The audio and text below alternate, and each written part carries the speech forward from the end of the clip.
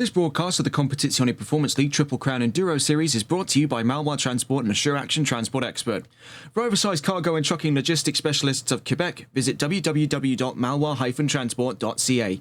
And for an expert and professional trucking insurance firm specializing in property and casualty insurance solutions for freight across Quebec, Canada and the United States, visit www.transportexpert.com.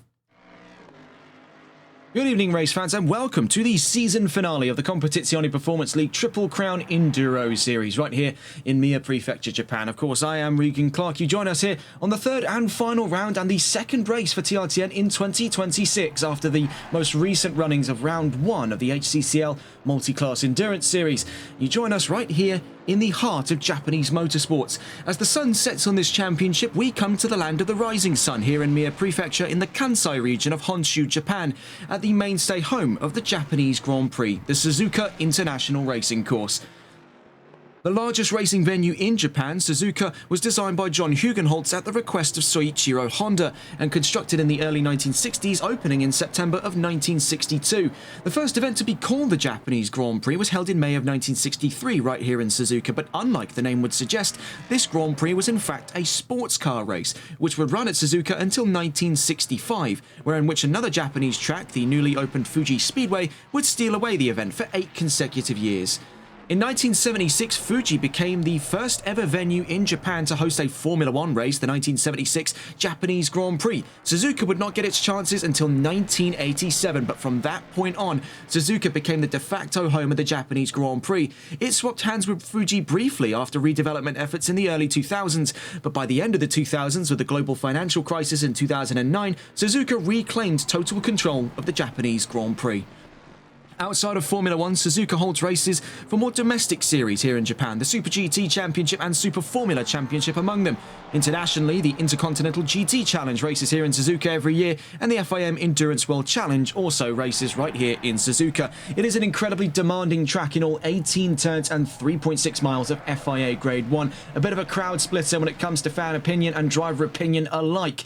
Otherwise, has provided us with some fantastic spectacles of racing. One of the most iconic races we had here in Suzuka was the 4 Hours of Suzuka, the second round of the first season of the NLRL Console Endurance Series that came down to the wire in a final lap change in strategy in a downpour right at the very end of the race between MSA and Exclusive. And that was one of the most hectic ends to a race we had ever seen in our time covering endurance racing. But today, it is the home of the third and final round of this winter series, the Triple Crown Enduro Series to be more specific. You've joined us for the course of the last 2 weeks over through the Christmas period from December 21st to December 28th, and then after New Year's, you join us right here in 2026 on January 3rd in Suzuka.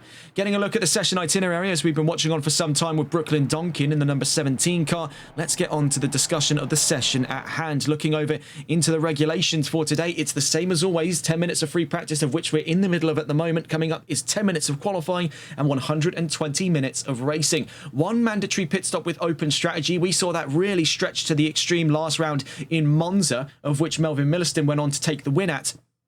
And it was a very, very fantastic race as well, and today is set to be no exemption. Taking a look at the Teams Championship before we get on to the Drivers' Championship, you'll find that Malwa Racing now has superseded the lead off of Euro Titans Endurance, and Velocity Racing Team, through the efforts of Melvin Milliston, has now pushed the team up to second place. 153 points. They put themselves right now 27 points away from the lead of the Teams Championship. That could all be gained back, but with Malwa Racing out in force here, the chances are the Canadian firm will look at yet another Teams Championship after their first on record here on TRTN back in Season 3 of the NLRL Sunday League.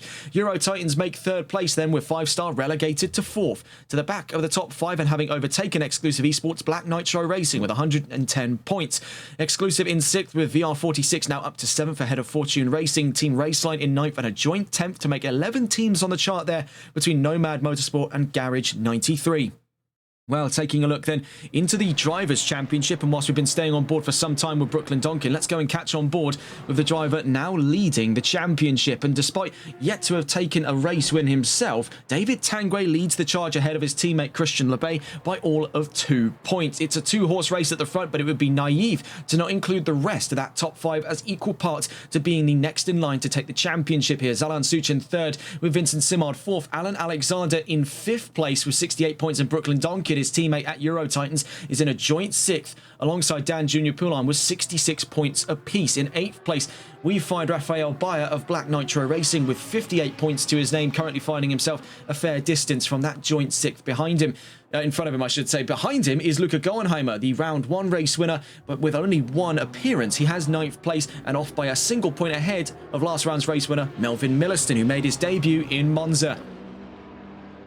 So it's going to be a very exciting race here, all down to the wire when we consider those championship standings. Taking a look into it in more fine detail from our point of view, you find that the top 4 at least are divided by 17 points front to back. So it is in equal chances here to discuss who could be champion in the Triple Crown Enduro. This mini-series has given us one of the most hectic fields of competition we'd seen in quite some time here on Competizione Performance League. The introduction of the European crowd has definitely spiced things up on the grid. We see with Christian Lebay at the moment, one of the likely candidates to take the championship. He has to fight with his own teammate to make true on that today. Finds himself still fastest towards the end of free practice. Taking a look at these times before we get on to the qualifying predictions, of which are a little bit loose and fast with information. Only 9 available times to work from. Right now, only 3 cars have been put times in, that being Lebay, Brooklyn Donkin and Richard Cecil. Out on track at the moment, the number 420 of Cas van Veltzen out through the Degners. We're going to try and catch on with another driver just about to head to the line here, and that would be nearest car to the line. That's Maximilian Schimpf with Black Nitro Racing Lamborghini. He's on his way out of turn 14 at Spoon, but looks to have invalidated there, running out wide past the apex of 13 into turn 14. So we'll then be focusing our attention to another Lamborghini, Dan Junior Poulin. This seems to be an area of the track that a lot of drivers have been struggling at in today's conditions. They're a little bit on the colder side, 17 degrees on track, 13 ambient. It's a little bit chillier than most drivers have seen it here in Suzuka before. You can see overcast, no imminent threat of rain, but let's not rule things out here. We didn't have weather data coming into today's race, so we'll have to gun this one by eye. By looks of it, very little chance of rain right now. Down towards the Casio Triangle, Poulin very nearly looked to have invalidated over 130R, but let's see if he does put a time on the charts here to become the 4th time to enter the timing charts just before the start of that qualifying session. 10 minutes, of course, on the charts there. Poulin to the line. And by looks of it, didn't put a time in, so we'll be waiting for Van Veltzen with Nissan. Home race for his manufacturer here, and you can see sporting the colours of the Japanese flag. It's fitting for the number 420. He's up to 2nd fastest then in the 420 Nissan. Looking at the balance of performance statistics for today, of course, a huge ensemble of vehicles, but let's see exactly who will be gaining and who will be losing in the BOP statistics today. Lexus and Bentley still at the top of those charts, 27 kilos for the RCF and 22 for the Continental. Honda on their home race here, on a track commissioned by the founder of Honda, Soichiro Honda, lose 16 kilos in today's race. BMW lose 6, Lamborghini lose 4, Audi lose 1, and so too is the case for Aston Martin, losing a single kilo, then gaining a single kilo. The Nissan on your screen at the moment, driven by Cas van Veltzen. Negligible changes then for Audi, Aston and Nissan. Then looking further up in the positives, Mercedes gaining 6 kilos, McLaren gaining 7, a joint 9 kilo gain for both Porsche and Ferrari, and then Ford once again on the short end of the stick as if by tradition, now 15 kilos, double figures on the 7th gen Mustang.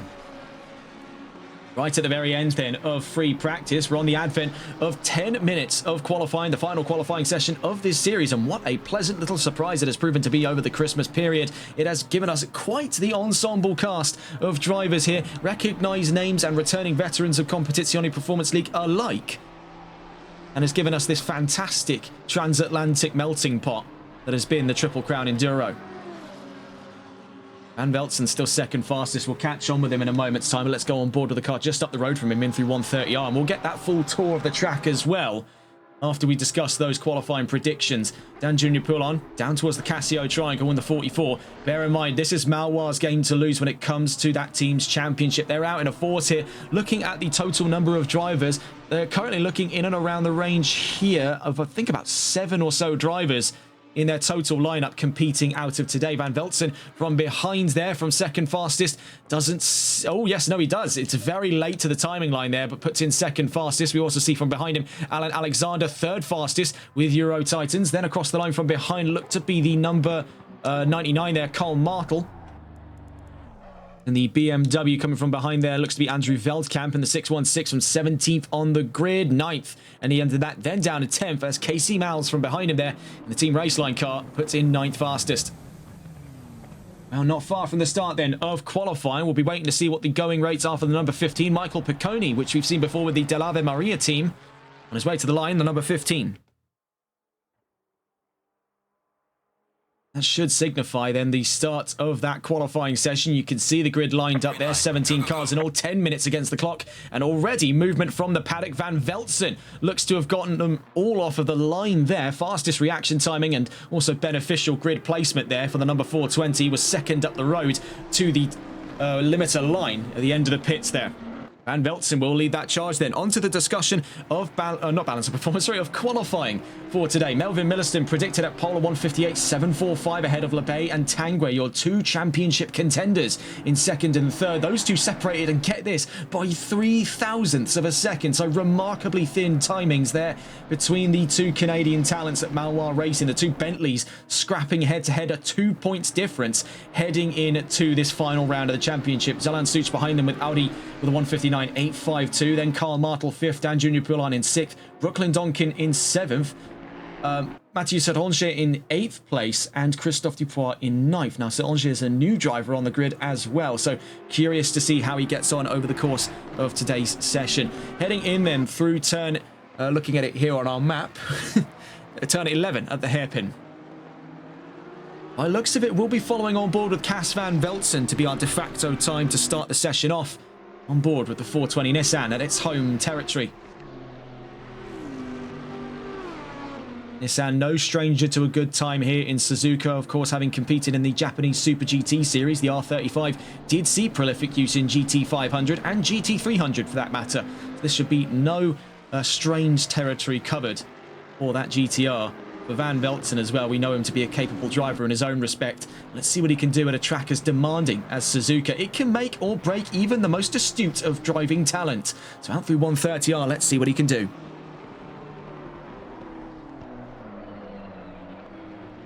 Down through the Casio triangle, so let's get on board.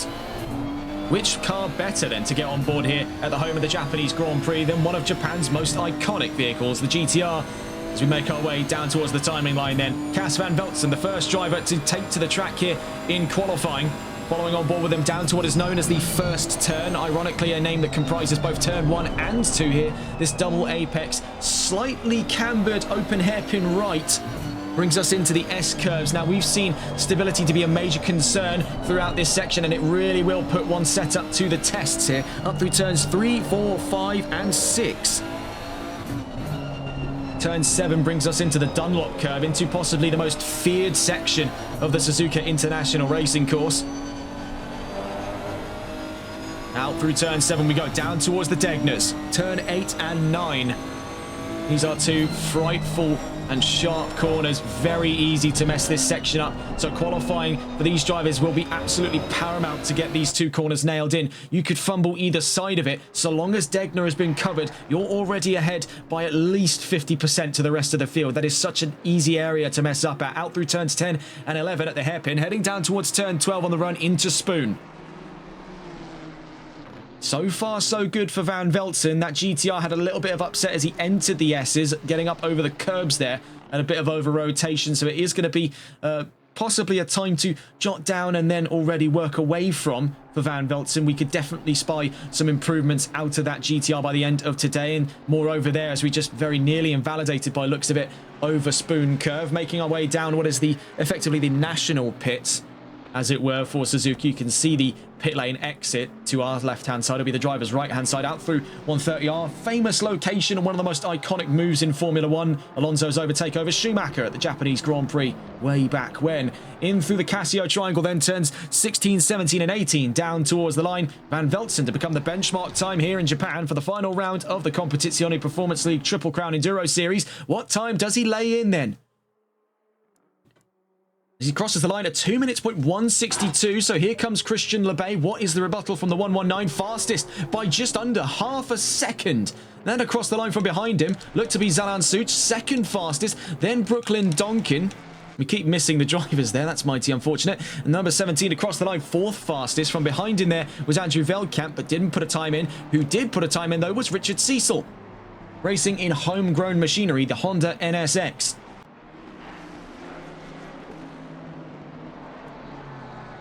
Mathieu Souange, or Souanger, I should say, in the number 7, the fully stealth camouflaged Porsche 911 992, 6th fastest. Was briefly 5th, but Dan Junior Poulin showed him what for, and then some, because Michael Picconi has taken Dan Junior Poulin's 5th place away from him. 301, Axel Cassier, now 2nd fastest to make it a Malois 1-2.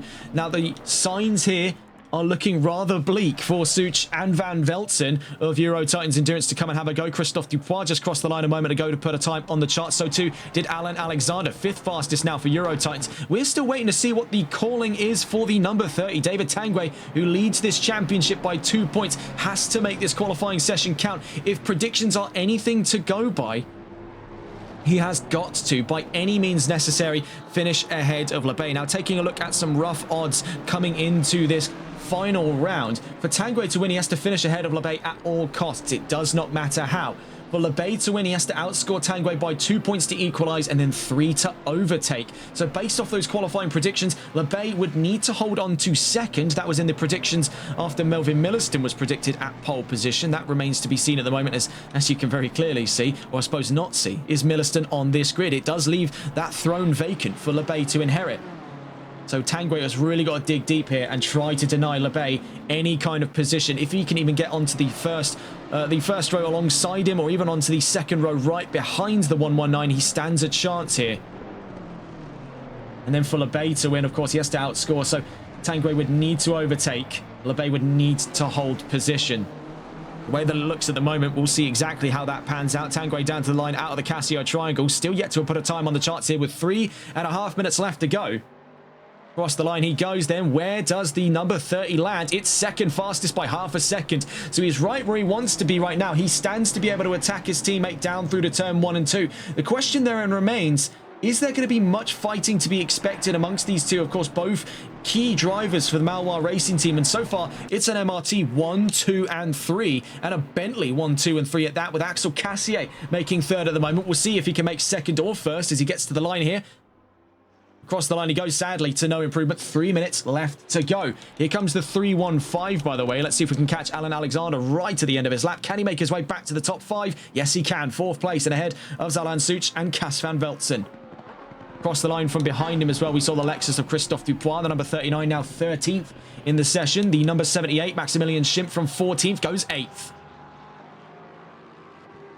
Number 96, Casey Miles, on his way to the line. What looks like brand new colours there for the Team Raceline car. Very snazzy indeed.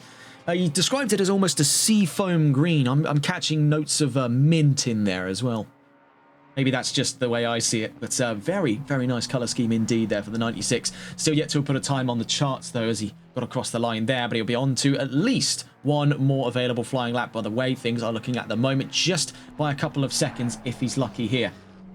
Catching on with the 420 nearest to the line then through the Casio triangle, Cas van Veltzen. Then from behind him, the 119 of Christian Lebay. 6th and 1st right now. And as we head into the final flying laps for these two, where does Van Veltzen place himself on his penultimate flying lap time? Across the line he goes. Can't even make a budge on it there. As for Lebay, does he extend the margins over 505 thousandths? No, is the simple answer. Zalan Such takes 2nd fastest ahead of David Tanguay. Meanwhile, Brooklyn Donkin gets back up into the top 10, 7th place for the number 17. Number 55 coming to the line here. Let's see if we can catch Richard Cecil with Honda. Then behind him, we can see there Karl Martel. After that last lap, Cecil drops a position as Martel makes 11th. Just a reminder as well, for those of you tuning in, there is the prize giveaway that we were speaking about back in the Jaguar GT3 Revival Series. That will be explained more in detail as we get to the end of this round today. After the end of this mini-series, we'll be heading over to that, and there's a sizable prize draw coming out of that. More to explain later on. Axel Cassier, 2nd fastest now in the 301. The 310 to the line. 315, I should say, sorry. Number 78 coming to the line, Maximilian Schimpf with Black Nitro Racing, currently 9th on the grid. He's got one more lap under his belt here, and he makes 7th. And he's not too far off a shout there of 6th place, courtesy of Van Veltzen. The chances are there, speaking of Van Veltzen, he's thrown in the towel. And Nissan is back into the paddock. It leaves the 119 with clear line of sight to the checkered line here. The checkered flag on this session.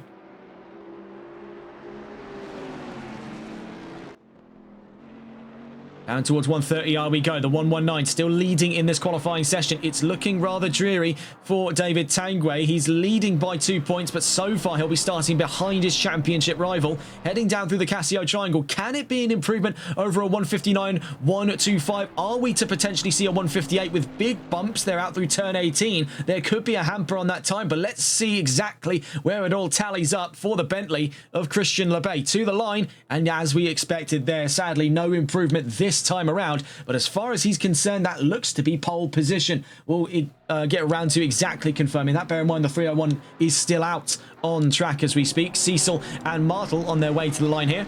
These two very closely following one another. The Honda and the Ford. The Ford actually gaining a little bit of leverage there over the Honda. Bear in mind as well, meanwhile, there is David Tanguay. Can he make his way back to the front row? He takes pole by a sudden breakaway time there. Pole position for David Tanguay. I don't think anyone was expecting that one out of left field. It looked like it was going to have to be a struggle uphill for the 30, but struggle no longer.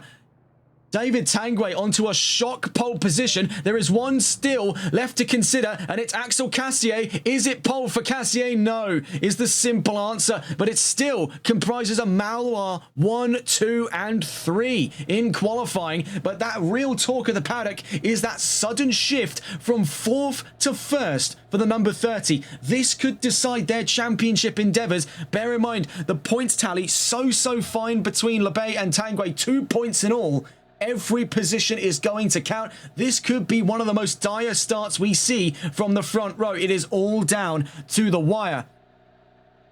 We'll get a full look at that grid in a moment's time. Sadly, this time around, no news to discuss. If you tuned in earlier on today with us over on the High Caliber Community League Multi-Class Championship Season 3, we spoke in depth about the new production photos released for the Red Bull RB17. They finally released production grade models of the car as opposed to the prototype they showed off in Goodwood 2 years ago in 2024. That's going to be an exciting release. They've also backpedaled from the original concept to have a twin-turbo V8. They are now using a 4.5-litre naturally aspirated V10 made by Cosworth. That'll mark the second time Red Bull and Cosworth have collaborated in the last 10 years. The other time being when they collaborated with Red Bull and Aston Martin to develop the Cosworth RA engine, the same one you find in the Aston Martin Valkyrie. Originally a Red Bull project. We'll be getting onto the grid in a moment's time. Whilst we've got the opportunity, I believe we might actually have the chance to quickly just discuss the prize, and that of course is for a giveaway from the Competizione Performance League. This was over the course of the Jaguar series, so more on that later on, and it's for a pair, or two pairs I should say, sorry, of Fast Goose Sim Racing gloves valued at $50 Canadian each for a total prize pool of $100 Canadian. And that applies to drivers who have completed 8 of the 9 races last season in the Jaguar GT3 Revival with no DNFs. That's 7 drivers on the list we have, and we'll get onto that after today's race. But let's get into the brass tacks of it for what has been a fantastic ending grid for this championship. Let's get a look at it. It's a Maloir 1, 2, 3. They are looking to secure their odds here for another team's championship. Even in this mini-series, they have gone flat out. And David Tanguay looks to lead that charge. Pole position right at the very last second for the number 30. Alongside him, his championship rival Christian Lebay in the 119, and it's a Bentley 123, let alone a Maloir 123. Axel Cassier third, with Zalan Such in 4th place. Alan Alexander and Cas van Velzen making all Euro Titans third row in 5th and 6th place. Maximilian Schimpf in 7th, with Brooklyn Donkin in 8th, Michael Picconi in 9th, and Dan Junior Poulin in 10th. Looking in 11th place, Carl Martel ahead of Patrick Dolce in 12th place. Mathieu Seanger in 13th place, with Richard Cecil in 14th. Christophe Dupois in 15th place, and Andrew Velkamp in 16th. Rounding out this 17-car grid is Casey Malles. The real talk of that grid and the major takeaway of that qualifying session is residing upon those first 2 rows. This could be a very exciting start indeed. All V8 Thunder on the podium here. Bentley 4-litre twin-turbo V8. Might even be a single turbo. I think the one thing that really does upset me about those Bentleys is the fact that in this game, they don't have the turbo flutter that they have in real life. Of course, that engine was co-engineered by M Sport. A lot of the facets of the car were co-engineered by M Sport. It's lovely to see the Bentley take somewhat of a cultural renaissance here on ACC.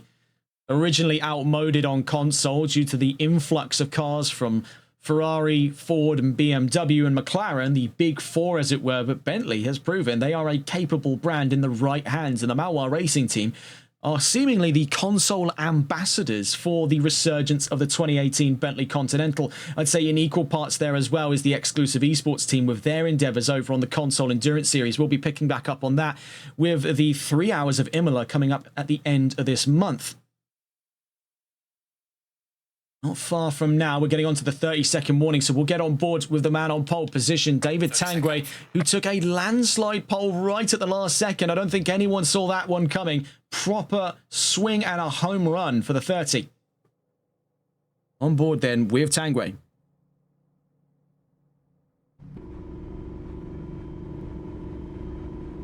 You'll have the inside line, of course, down towards turn 1, but as we've seen historically, that's not always the benefit one wants to have, especially here at Suzuka with such wide runoff at turn 1. Good enough momentum can keep your adversaries alongside to challenge into the S's where they have the inside line right off the bat. So it is a very precarious little spot of the track, and much like a running case here at Suzuka, a lot of these corners are designed to challenge every single sense the driver has. For Tanguay, his MO is going to be to get to that left-hand side of the track, to deny space away from the 119, to either force him to run the inside and compromise his own line, or to fend him off and force him to stay behind, lest he risk being overtaken by Axel Cassier. Now, of course, these 3, you could definitely make the argument, are going to be playing things a little bit closer to the chest. They're going to be a little bit safer off because they're all 3 part of the same team. They don't want to hinder each other's performance, but at the same time, this still gets down to the individual level. We don't cover the Drivers' Championship for simply no reason. These drivers are just as invested in their own performances in this championship as the teams are in their drivers. So really, it's going to come down to being a case here of what comes first for a lot of these drivers on the grid, the team or themselves. Ultimately, you have to be inherently a little bit selfish to get your way in motorsports, as with any sport. You play the team game forever, and history will eventually forget you.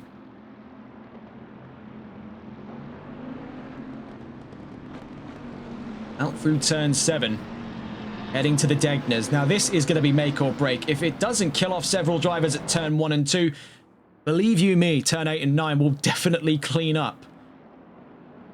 These 2 incredibly sharp right-handers here. Trimming those curbs up the inside is a fool's errand. It's a gambit one plays, and regardless of the vehicle, it's going to kick you quite hard. It's going to put your pelvis up to your shoulders in worst cases here. It is really going to hurt if you hit those curbs the wrong way, as demonstrated many a time in a myriad of series, let alone GT3, up towards turn 10 and 11.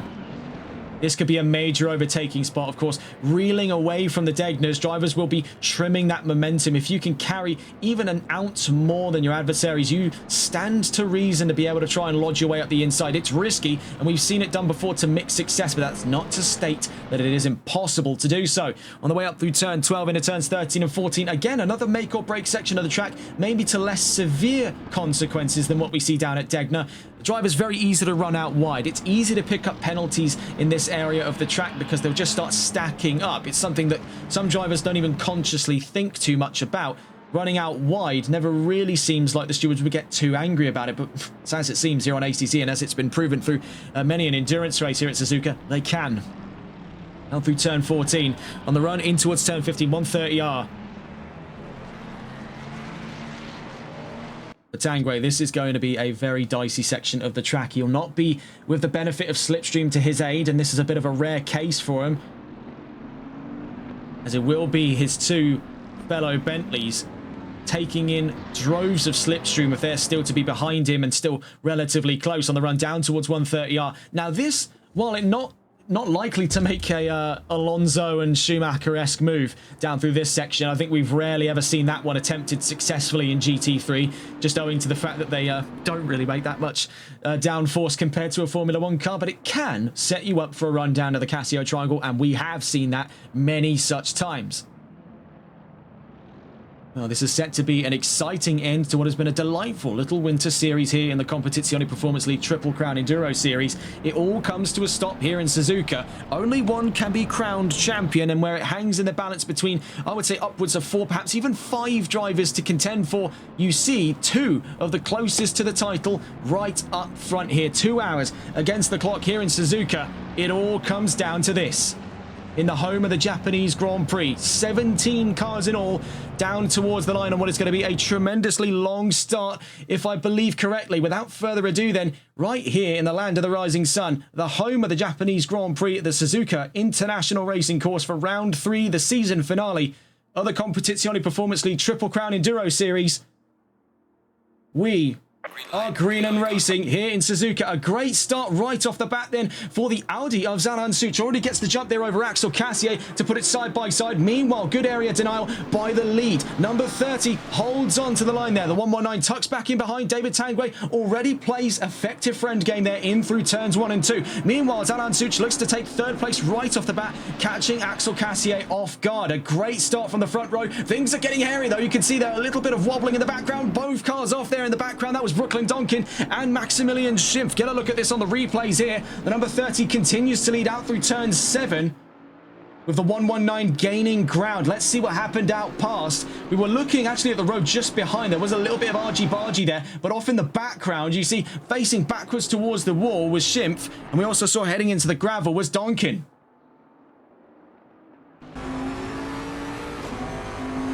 Heading in towards turn 10 and 11. Now, this is where the 119 could potentially strike, but holding in behind there is Christian Lebay. Knows he has to play for the long game. It's a marathon and not a sprint here. 2 hours of racing. Meanwhile, Cas van Velzen has snuck his way up to 4th. Now ahead of Axel Cassier, who has had a less than desirable start here. Started in 3rd and is now down and out of the top 5. Well, down at the back, sorry, I should say, of the top 5. In towards Spoon for the first time now. Like I said, make or break corner here, and Lebay looks to make it, and Tanguay could break it. Out through turn 14 we go, and the 119 is right where he wants to be here on the run in towards 130R. This is the battle for the race lead right off the bat between Tanguay and Lebay. Get a look at this one. Down towards 130R. He's looking for it up the inside and swinging around, holding onto his position is the number 30.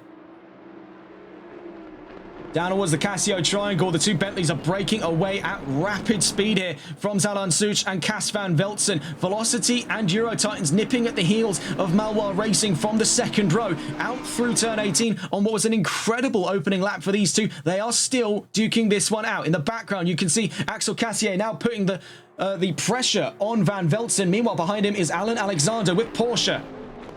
Down towards turn 1 and 2.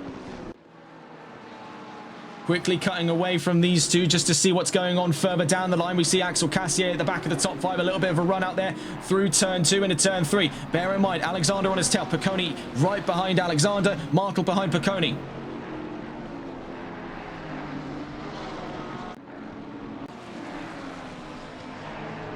See Mathieu Saint-Anger currently in a fight with Brooklyn Donkin. This is his first race, so it seems, in the Competizione Performance League. It has made decent work of it so far. Stands within the chances to make his way into the top 10 within the first 10 minutes. 1.7 seconds between himself and Richard Cecil. We'll catch on with those 2 in due course, but let's go look just briefly back up towards the front row. Now looking from Lebay's point of view, very easy to confuse these 2 cars in a vacuum. Functionally identical in terms of appearance there. The only difference is the number. Number 30 leading, number 119 there in 2nd. As for Van Velzen, he looks to potentially get his elbows out here, but let's quickly catch on board what looks to be an ongoing fight here for Brooklyn Donkin. We can go and catch on board before the fight wraps itself up. This is Donkin's point of view in the fight for 11th place on the field here with Mathieu Saint-Anger. In towards turn 13 and 14, it looks up the inside through Spoon, and it looks to be nice, neat and tidy there for Brooklyn Donkin. Put the pressure on the Porsche. Didn't have to do an awful lot to make that move up there. As for Karl Martel, you can see pressuring right now Michael Picconi on his way into 130R, Ford and Ferrari. as always. Slightly better run of the two there, but not close enough to make a move in towards the Casio triangle. We see up the road here that Axel Cassier is really starting to put some pressure on the car in front. And as for that case, it's Alan Alexander who got out in front of Cassier in the time last observed. Watching here with Cassier, this is the fight of 5th place. He looks to go around the outside into turns 1 and 2. Could it be for a late switch pack past turn 1 into turn 2? Not this time around. Meanwhile, you can see the fight we were previously watching with Picconi v Martel. That's for 7th place. We're watching here with the Bentley of Axel Cassier. Bear in mind, we know what Alan Alexander can do when pressured for position. This is not the first time he's had a Bentley pressure him for a position on track. Need we remind you of their performance in Silverstone? That all came apart due to conditions outside of their veil of control, but the 315 team at Euro Titans did give us a sensational performance with that Porsche. Out through the Degners, here we go, turn 8 and turn 9. Meanwhile, you can see a potential fight going on just up in front. Van Veltzen versus Suits, that's for the last of the podium positions. Meanwhile, it is still LeBay and Tanguay up at the front. And as you can see, the number 30 is starting to break away from the 119, so the race lead starting to slip away from LeBay here. Meanwhile, for Cassier, he's starting to lose a little bit of steam over Alexander in the number 315. 0.3 of a second. Now, we'll have him on straight line speed, so long as he can stay close enough to the Porsche out through turn 14, he stands to within reason to challenge down through 130R. Potentially even before that, you can see he nipped his way to the inside at turn 14, had plenty more grip than the 315. Now, as we get onto the straightaway, it's flat 6 versus V8. And in the talks of straight line speed, we already know how strong Bentley can be. The question therein remains, he is looking for it and gets the move well before the turn in at 130R. I was getting a little bit excited there in the hopes we could possibly see him swing around the nose of that Porsche. Akin to the very same move we've been referencing all day. Out through the Casio triangle, though, I would not call this one over in terms of that fight for 5th place. We know how strong the Porsche can be when it comes to stopping power and maneuverability, that which it will be able to get back in droves through turn 1 and 2, then all the way through sector 1. So far, so good. A brilliant start to the race. We'll catch on with these two in a moment's time. We see Mathieu Saint-Onge looking to challenge Richard Cecil in a moment's time. You can see he was 3 seconds faster than the Honda over the course of the last lap alone. The number 7 trailing the 55. Behind him, Maximilian Schiff in 13th. A newcomer on the grid, such a recent signing that we couldn't actually get his graphics sorted in time, so our apologies there to the number 7. A very mysterious driver indeed, clad in all black, then a stealth livery on that 992. Very vague, very mysterious. Out through turn 7 we go. Just to briefly look in at some of the other fights whilst we wait to see what goes on here. In through the Degner curves we go. Up the road there you can see is Brooklyn Donkin. A little bit of a wiggle there for the 55 of Richard Cecil. So far so good for Honda.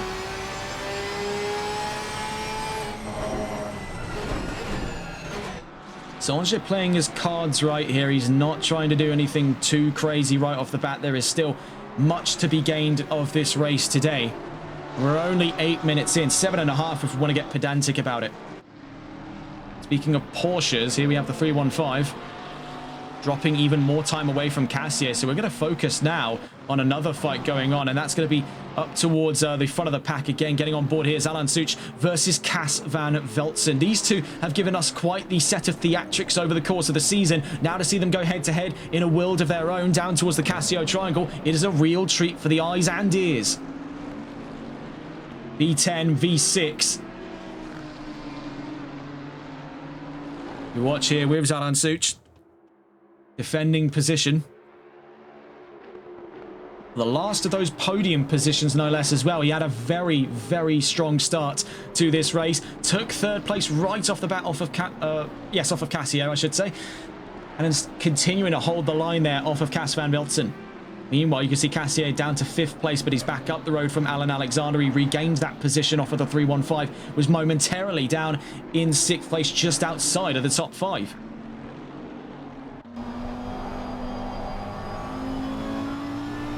Glaring over the rear view of that 996.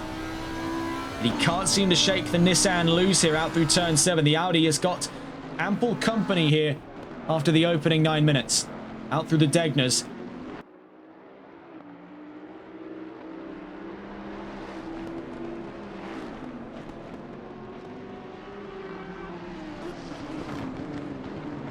Down towards the hairpin we go, turns 10 and 11. You can see the two Bentleys up in front there are starting to separate quite dramatically in favour of the number 30. He's managed to forge out about 1.4 seconds thereabouts over Christian Lebay.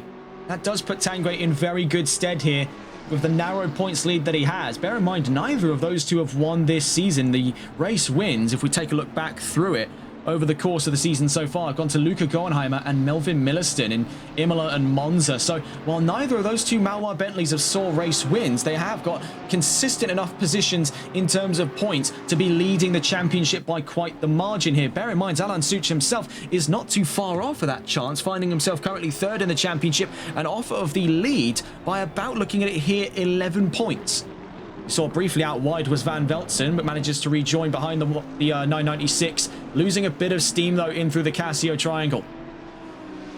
Another driver that we could consider as part of that fight is Vincent Simard, but if I'm not mistaken, having a look here, yeah, Vincent Simard doesn't actually appear to be here. Oh, what is this?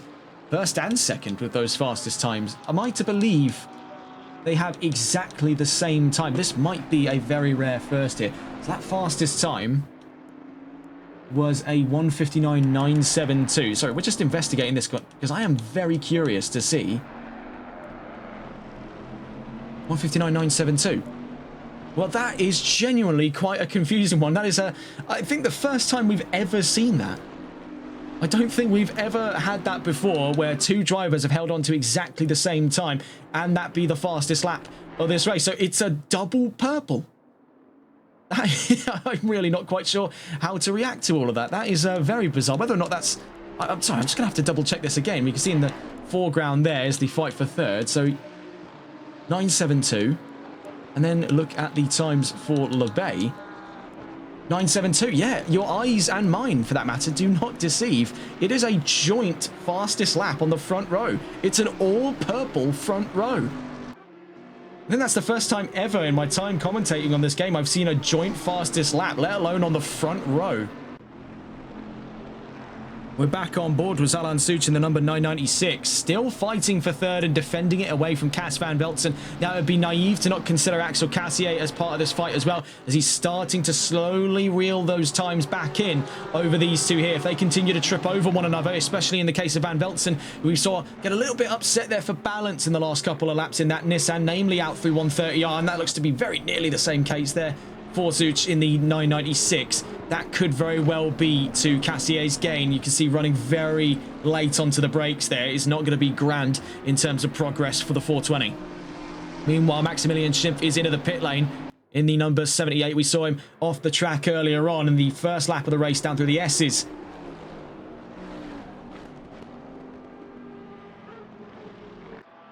You see there's the Lamborghini. Could that be a potential DNF for Schimpf? Simply do not yet know the answers to this one. We're watching now with Cas van Veltsen now. He's caught between a rock and a hard place here because you can start to see the gaps are waning between himself and Axel Cassier, who we already saw has proven third place pace-wise. But over the course of the race, when push came to shove and pen hit paper, he's currently stuck at the back of that top five. Was marauded at the race start there by the 996. Leveraged a better start. Managed to get early doors up onto the podium.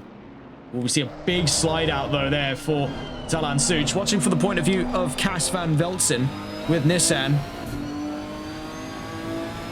Still all definitely within the contention spot for third place, heading down towards turn 11. Something that seems to be a major complaint here for the Nissan is its stopping power. Now, we've seen the straight line speed. It's got decent amounts of. I'd say it's comparable to Bentley at the best of times here. We've seen Nissan to have really solid straight line speed. In fact, earlier on today, we got to see just that out of Mr. Scallops in the HCCL multi-class race, where he had great straight line speed in the opening straight in Barcelona, and he too was driving for Nissan. We saw a little bit of a step out there, but that's actually worked quite nicely to Van Veltsen's favour, at least for but a moment there, as it did give him a bit of a poke in to look at the inside line. Half a second between Such and Van Veltzen. Now looking to drop beneath a second, getting closer and closer is Axel Cassier. We could be in the midst of a three-way fight here for third place.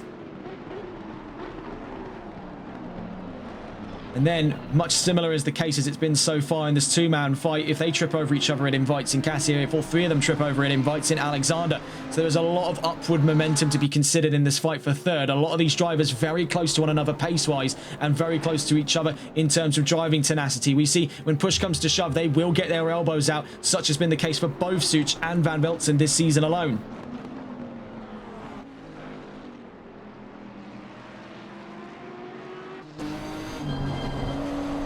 Watching here, still chasing through the S's. Now, this is where the Audi typically has better maneuverability, but again, it's the double-edged sword that is the mid-engine platform on ACC, because one slight twitch there, and it has to be corrected almost immediately, or it will be dire and irreversible consequences, usually in the form of spinning into either side of the crash barriers. Out through turn 7 we go.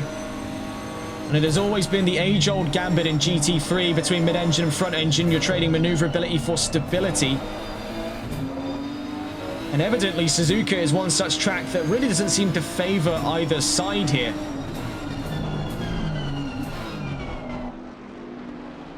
Out through turn 11, you can see very much so part of the fight now is Axel Cassier in 5th place, having caught up to Van Veltzen and Such before. Now, bear in mind, this is not the first time, I believe, that Cassier and Van Veltzen have been fighting together on track. I think their first encounters were back in the NLRL Sunday League, at least from our point of view. It could have been even earlier than that. But these two have raced with each other before. Oh, it's contact! It's almost triple contact. It was double contact thereabouts. What it has done, getting a look on the replays there, is it has turned around Alan Such in the Audi. It's been a sort of a ping-pong here. He's knocked there the 996. He slammed on the brakes and then has been rear-ended by the 301. We saw why he did that in the first place was an effort to try and give the position back. He didn't realize just how close behind the Bentley was to him. We see here for Cas Van Veltzen. He is caught now, still in 4th place by the looks of it here, behind Axel Cassier, who now reclaims 3rd place, and Alan Alexander, who's right behind him, looking to have a pop at 4th place himself. So we are seeing a little bit of infighting to potentially follow here at the Euro Titans team towards the back of the top 5. But the driver who's lost out big time from all of that, Alan Such, now down to 6th place, and he will not be happy with what just went on. Rightfully so. Looking here with Tanguay. Leads by 1.5 seconds.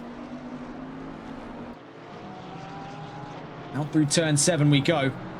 It's been a carefully maintained 2.5 gap here for the number 30. He has had a sensational start to things. He knows absolutely everything in this race has to be done precisely and perfectly in order to give him the championship win. He still leads. It's in his court to play, but it's by such a narrow margin that even the slightest mistake, even losing this position now, will cost him the championship.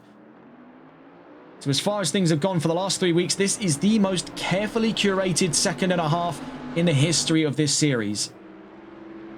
Albeit the fairly short history of this series. From Cassier's point of view, he's reclaimed 3rd. He'll be over the moon as of right now. And the number 301 up to 3rd place.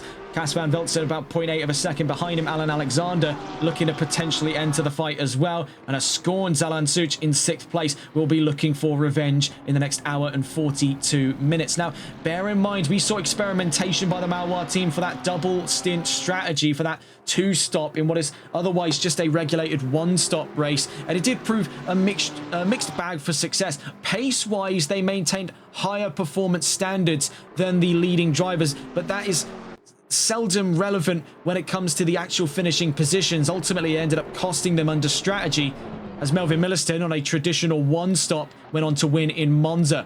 Not for nothing, they learned a valuable lesson, and it's something they're likely to carry forward in some other project, as we've seen has been a running reoccurrence with the Maloir racing team. A lot of what they learned gets reincorporated somewhere else.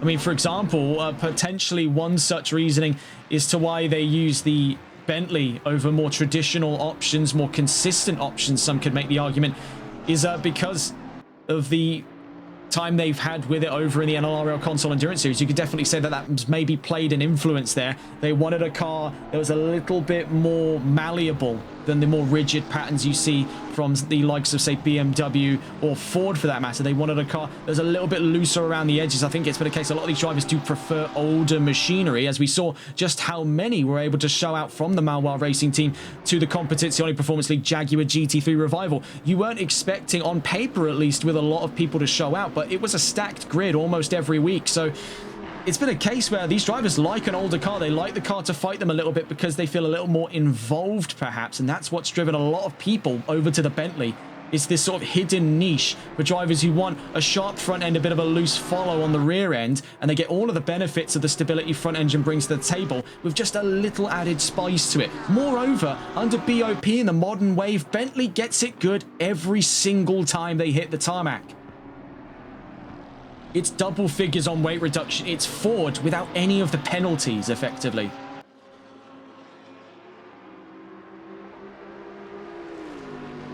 That was originally, I think, why a lot of people started using the Lexus as well. It was the old school king of the road back in the original builds for ACC. A lot of people are loyal to that even to this day. I think we've seen plenty such examples of drivers who've stuck with the Bentley and have not teetered away from it for love nor money. Perhaps the Bentley is just the next step, the upgrade, as it were. You see here with Alan Alexander, he is gaining ground over Cas van Veltzen, but one thing to consider as well, even closer to him at this time, is Alan Such in the 996.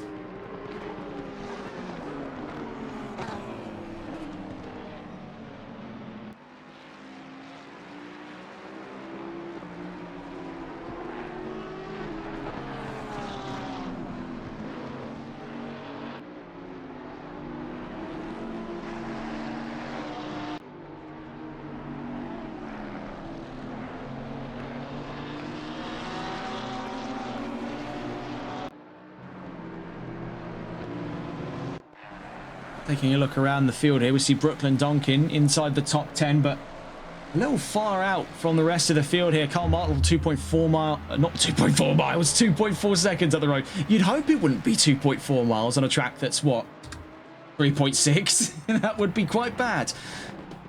No, he's 2.4 seconds away from him as we speak, in a very close fight for 7th place as it stands with Michael Picconi.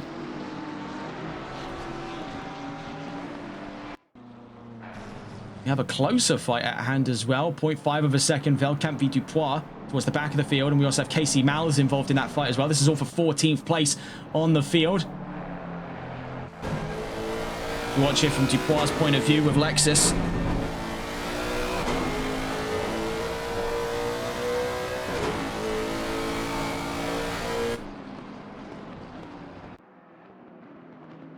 Out through the Degners.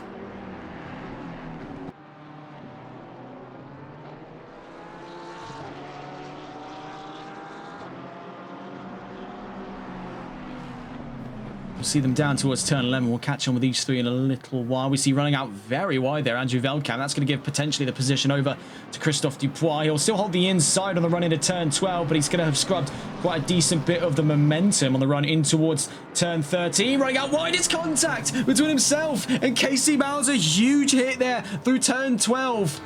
Get a look at that on the replay. Watching from Christophe Dupois' point of view, not entirely sure what had gone on. He ran a little bit out wide, I think collected the marbles to the left-hand side, and then caught the grass. That's what tipped him in. He ended up knocking against Malles.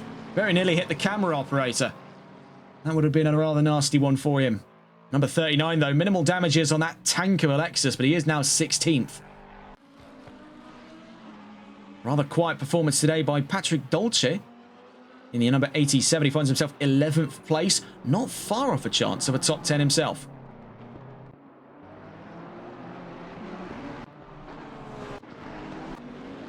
Alan Such getting closer and closer. Moreover, Van Veltzen getting closer and closer. It is now split away into two smaller fights as opposed to the overarching fight for 3rd place. Van Veltzen gaining on Cassier, Such gaining on Alexander.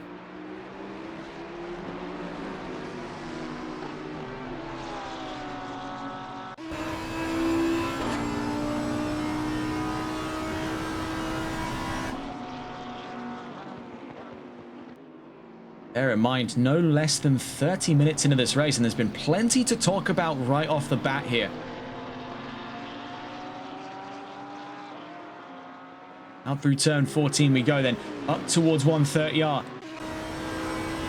It's a tough one to call because, of course, in the conversations of straight line speed, neither Porsche or Audi really hold any key advantage. It's just a slipstream race here, very close to almost a little bit of an extreme cup series race. Down towards the Casio triangle. 996 getting his elbows out there to try and force early defensive work from the 315, and it is worked to a T there because that is silk from the 996. Out through turn 18, up a position, but far from over there for Zalan Such. Now to the top 5, Alan Alexander in 6th, but easy chances with how quickly that Porsche can come to a dead stop to potentially have a look at taking the position back. In through the first curve we go, turn 1, then turn 2. Easy chance for the Porsche to look up the inside, running a little out wide. He's given him the space, but is holding on to the inside for the run into turn 3. Very well crafted indeed by Zalan Such on his efforts to get back up to a fight on the podium. Very fine positioning there, working to the strengths of the car. All too often have we seen it where people get behind the wheel of the Audi and it is a consistent struggle. Not such the case for Such. He is a driver that really does seem to understand that machine as much as it understands him. In towards the Degners we go.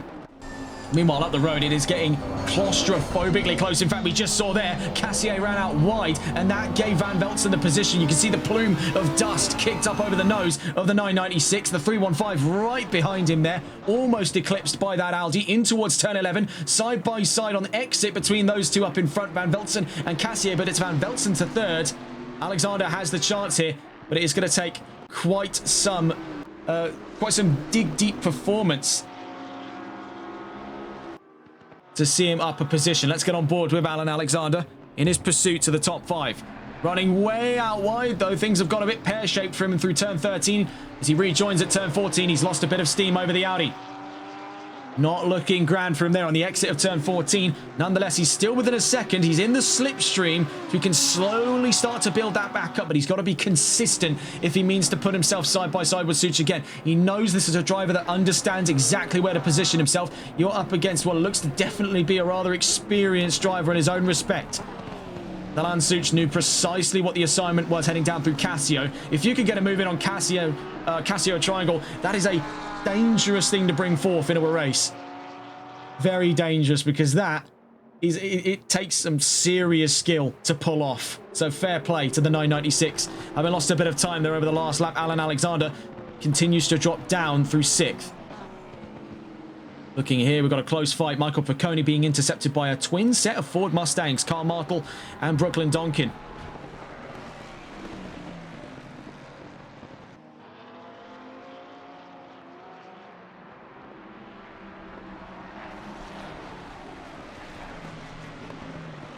In through the S as we go.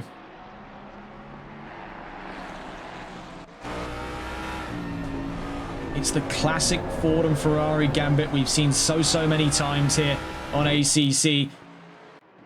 The story of two vehicles, one high on maneuverability but low on speed, one high on speed, low on maneuverability. Now that's no intended disrespect to Ford. We do realize as well, you know, the Ford Mustang is a very solid, possibly one of the best front engine cars in terms of both top end and maneuverability. But just by simple physics alone, there is very little chance you're out cornering a mid-engine Ferrari. So the simple case of it is they have to hunt him on the straights or on the more shallow corners where they know the 5.4 can do God's work, because going toe-to-toe in the corners with the Ferrari is a failing error for the Ford Motor Company. They will struggle to keep pace just by the simple laws of physics alone. So it looks closer to the chances that these two Fords will be fighting each other for position than either of them will have a stab at the Ferrari as of right now. That's not to say they won't ever. Strategy, of course, still a heavy part in today's race. We'll be seeing the majority of those pit stops come in about 30 minutes time. As we saw out of Monza, one of the key lessons learned in a 2-hour race, stick to the least amount of pit stops here. While you will gain for pace and you could potentially scrape up some fastest lap points by the end of the race by doing a 2-stop, it is just simply not worth the squeeze if you're hunting positions alone.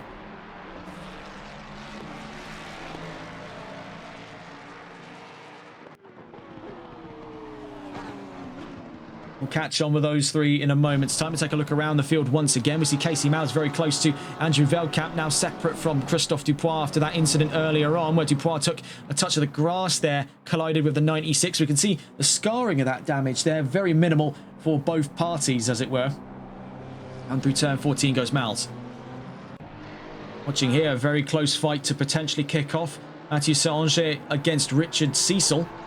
Sanger looking for his chances here. He's got the run out through turn 18. He can put it side by side with the Honda. It's 6 cylinders against 6 cylinders, flat versus V on the way in towards turn 1 and 2. The Honda slightly more shove there in a straight line over the Porsche, but running way out wide goes Richard Cecil, lucky to have avoided the full wrath of the gravel traps. Managed to get just a bit of concrete under the wheels to get the car back out on track. It has given Mathieu Sanger up to 11th now. Bit of a slide there. That seems to be a recurring issue, the biting over the back end of that Ferrari. Not Ferrari, Porsche. What am I thinking of that? Ferrari. I think it's that's force of habit. I've seen so many Ferraris step out now again. But no, the biting along the back end of that Porsche. Let's get that one right. is starting to catch up with Mathieu Sanger in the number 7. Down towards the Degners. And let's see if we can actually capture it on tape here just to see the point I was talking about. We saw a little bit of it in through turns, I think it was turns 3 and 4. The back end, it sort of just stabs away just a little bit, and you have to lean into it to correct the line. We've seen it in mid-engine cars, but rear-engine cars, it is really quite extreme. It's almost this pendulum effect. Oh my goodness. Oh, yeah, no, that's a full turnaround. Oh, into the wall for Richard Cecil. Get a look at this on the replays here. We saw exactly how that happened. It was one tiny little nick over the curb there. It's this curb here on the right-hand side. That's part of the alternative layout, but it is still a raised rumble curb, so you can't warrant clipping it. And we saw there, he did try to correct it, but with these mid-engine cars, of course, super unreliable when it comes to correcting stability concerns. It is the gambit these... Well, I suppose the gamble, I need to stop using the same word over and over again. It's the gamble these drivers take when they choose mid-engine or rear-engine. They are sacrificing, not maneuverability, they're sacrificing stability for higher maneuverability.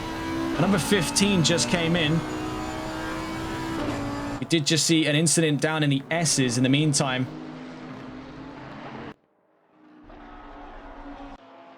The number 44. There was a number 15, but I've frankly no idea where they've gone. There's a 315, which is no 315, but they're still fine. There's nothing wrong there with Alan Alexander. He's now actually up and ahead of Zelan Such and up to 5th. Moreover, up in front, Van Veltzen and Cassier are back into fighting form here. It's a pity that we weren't able to catch how their fight unfolded, because now we see Cassier back up to 3rd, Van Veltzen now back behind. See here, this almost 4-wheel slide. It's almost as if like in wet racing, for example, where you can't aquaplanes. We're seeing a lot of that coming out of the cars at the moment. A lot of 4-wheel sliding in through Spoon, especially in the case of Nissan, out through 130R.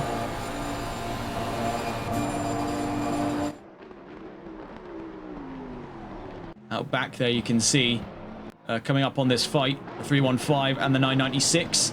Alexander and Such even.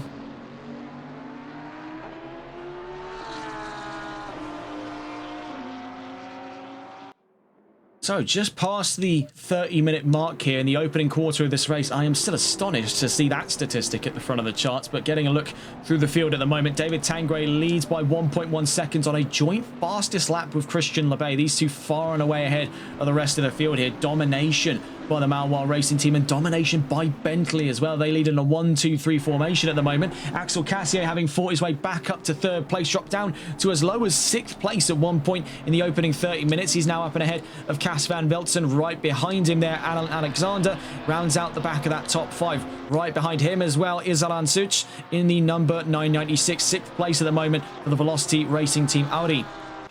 Brooklyn Donkin in 7th place, Carl Martel in 8th, Mathieu Sanger now into the top 10 on his first ever appearance here on the Competizione Performance League. It's an exciting premiere for this number 7. 10th place for Richard Cecil, Casey Miles in 11th, Andrew Velkamp in 12th, Dan Junior Poulin in 13th, but having pitted already. Christophe Dupois in 14th. And the number 78 of Maximilian Schimpf in 15th, having pitted already. We're down 2 cars from the race start then. Among them, the number 15.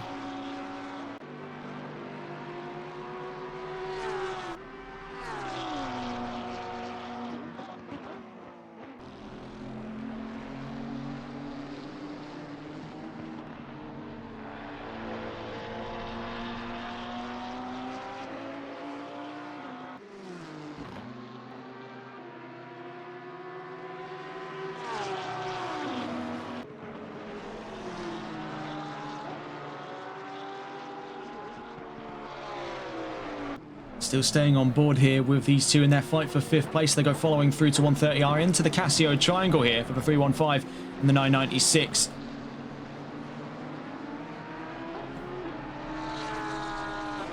Looking on the wider grid at this time to see where the nearest fights are coming from. We have one of them here in the fight for 5th place. Also one to potentially come up as the gap starts to dwindle is that fight for the race lead. LeBay v Tangway. 2 Bentleys going head to head potentially in the near future. Looking on the maps here, currently that gap still at a decent enough range to where we wouldn't yet consider that a fight over this one here between Alexander and Such in through the S's.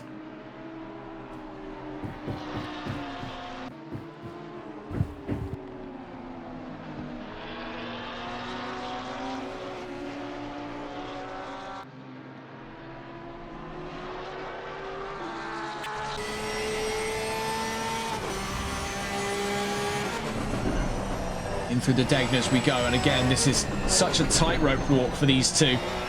The Audi and the Porsche both almost notorious now for stability concerns. In towards turn 10 and 11. Meanwhile up the road, the Nissan and the Bentley on the 2nd row of this race. Slowly but surely breaking away by looks of it there. 4.7 becomes 4.8 seconds between Alexander and Van Veltzen.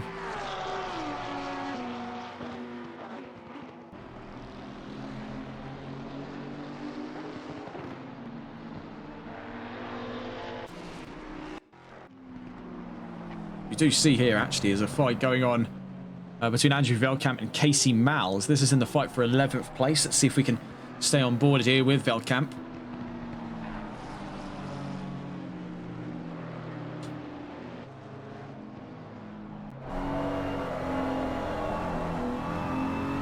You can see the front end on that BMW tucking in just a little bit too hard for him there. Through to turn 6, now to turn 7.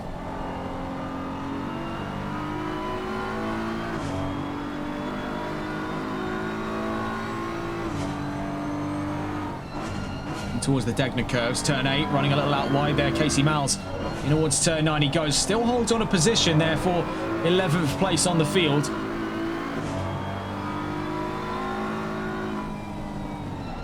Turn 10, then turn 11. Now we saw issues before for Veldkamp in this section of the track.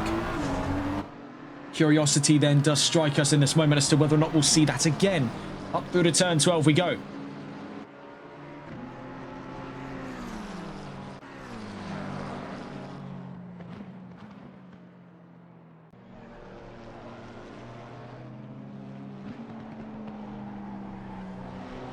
Bear in mind, and this is something definitely to consider at this time, from the point of view here we see of Andrew Veldkamp and Casey Malles. Now they're fighting for 11th. You can see on the relative data there to the bottom left, David Tangway and Christian LeBay, marked in the orange text there, are actually getting remarkably close. With 20 minutes still before their expected pit stops, they're getting close to lapping these two here in 11th and 12th place. So far, the buffer zone between them, about 13 or so seconds, and currently separate from them is Dan Junior Poulin in 13th. So the chances are not impossible that if these two continue in the form they're on at the moment, they will get intercepted by a twin set of Bentleys. Which I should note as well are starting to get remarkably close to one another. Getting a look on board with the Bentleys then, we can see here from LeBay's point of view has now brought this to within a second barrier here over David Tangway. This is the closest he's been in quite some time. It's been carefully maintained to be in and around that second to second and a half barrier, but because of the introduction of traffic into the mix now, this could put a heavy hamper on what has been a secure lead in the opening 40 minutes here in Suzuka for David Tangway.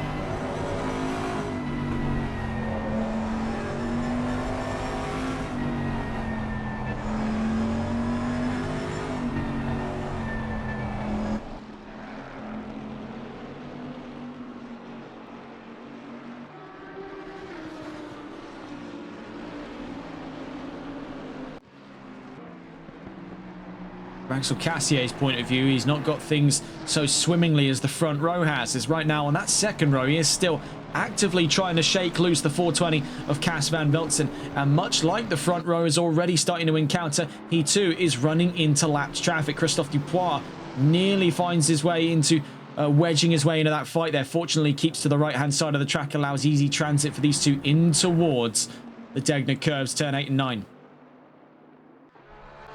Getting a look back on board with that fight on the third row, however. Alan Alexander and Zalan Such still very close to one another, but nothing too immediate in terms of if there could be a move for position right off the bat. 0.7 of a second. They've been carefully curating that one over the course of the last 2 laps.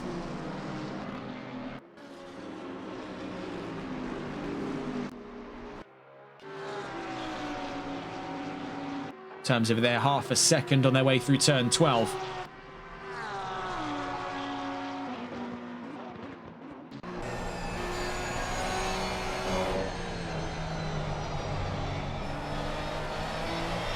See, almost eclipsed in its entirety by the rear wing of the Porsche is the Audi, hiding away. Zalan Such still pursuing from 6th place. We've got to hand it to him here. He's had some real highs and lows inside of the top 10 so far. And in 40 minutes, he's already found his way A to the podium, then B outside of it. But he's already on to the revenge drive. We saw that collision down at Spoon earlier on, way earlier on in this race. It was Cassier, Van Veltzen and Such all fighting for position. Ultimately, a big contact in through turns 13, a double contact, as it were. It sort of ping-ponged off of one another, akin to almost sort of a Newton's cradle effect. That has done very little to hamper the resolve for that 996. He has still very much so got that fighting spirit in him and is looking to hunt down whatever it takes to get him back to the podium. With 19 minutes on top of an hour here, there is still ample chances for that 996 to potentially eye up a podium position. This could be a case where strategy could play a very hefty hand in his pursuit of the top 3. We'll see, though, what the mad science could be for the 996 in due time. Catching back on board with seeing what's going on inside of the... looking at it here, not only the top 6, as we now see from the attacking point of view, thanks to the lapped traffic there of Christophe Dupois, Zalan Such finds a little bit more time on top of it all in through the Degners. 0.2 of a second. Actually, we'll just quickly stay on board with these two here. We do want to try and check in with the second and front rows of this race. We're seeing that third row definitely getting a little bit more active now. Zalan Such pursuing a chance of, sorry, not third place, I'm getting ahead of myself, 5th. Out through turn 12 we go. He's looking for the outside of turn 12. That would be the inside for turn 13.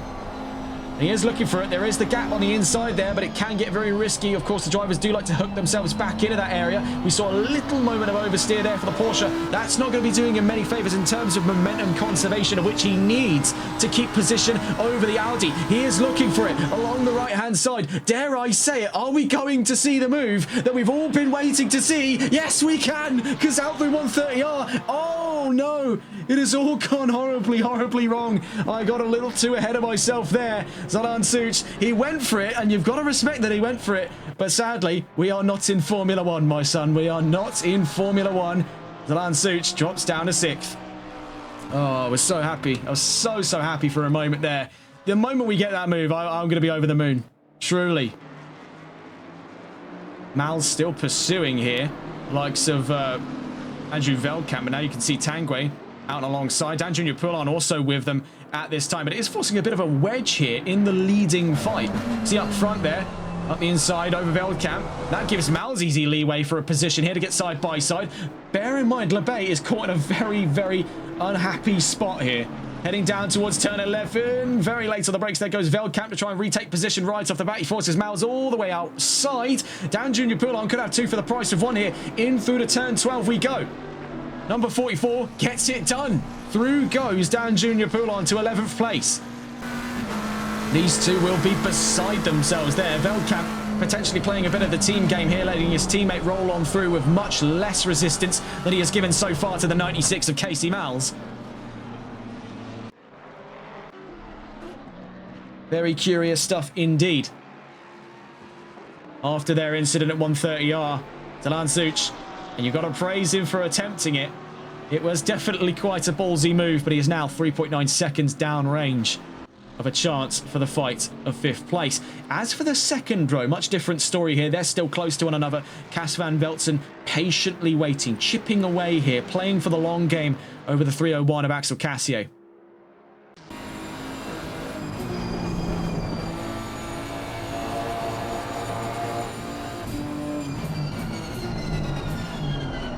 Down towards the Casio triangle, waiting for a moment of vulnerability. And I think he might have just had his opportunity to strike there. The Nissan struggling to get onto acceleration out through turn 18. That means he's still forced to tuck in on the slipstream of the Bentley and pray that he can maybe make it front to rear on the run in towards turn 1 and 2. He might be just a little too far away there. Tries to force him to overexert himself, and he's very nearly looked to succeed on that. The 301 does go way later on the brakes, but he holds the inside for the run into turn 3. He's going to have to try something very risky now if he means to take position back off. These two properly mangling each other now for 3rd place. Still on board with Cas van Velzen, as he's really pushing Cassier to the limit now. Out through turn 6, up towards turn 7 on the run into Dunlop. It is great to see it though, proper old school elbows out. These two pushing each other to the pace here. In towards Degner 1. Van Velzen takes position there. I think you could see it in Cassier. He doesn't want to try too hard here to hold on to a position because he is going to start wearing the car out.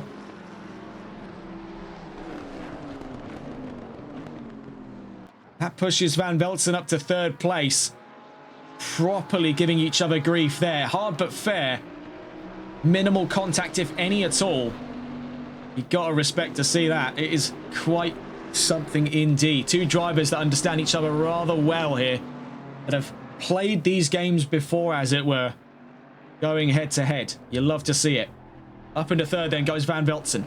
As for Tanguay v Labay, it's back up past the 2nd barrier. That safety net that Tanguay has needed for the majority of this race is still very much so being set up and is still in his control right now. The ball's in his court, and with 13 minutes to the halfway where he's expected likely to come into the pits, there is still ample chance for him to lead this race past that key strategic point in today's race. Bear in mind, we've seen rather bizarre strategies come out of the court of Christian Labay, and today would definitely be one such time to see if any of those bizarre experiments he's done for these unorthodox approaches to pit strategy could come out to play, because it could be the deciding factor of his championship right now. So long as it gets him up the road from the number 30 by any means necessary, I'm sure that is an avenue he's going to explore. Out through turn 7 we go then. 1.2 seconds between the leading Bentleys.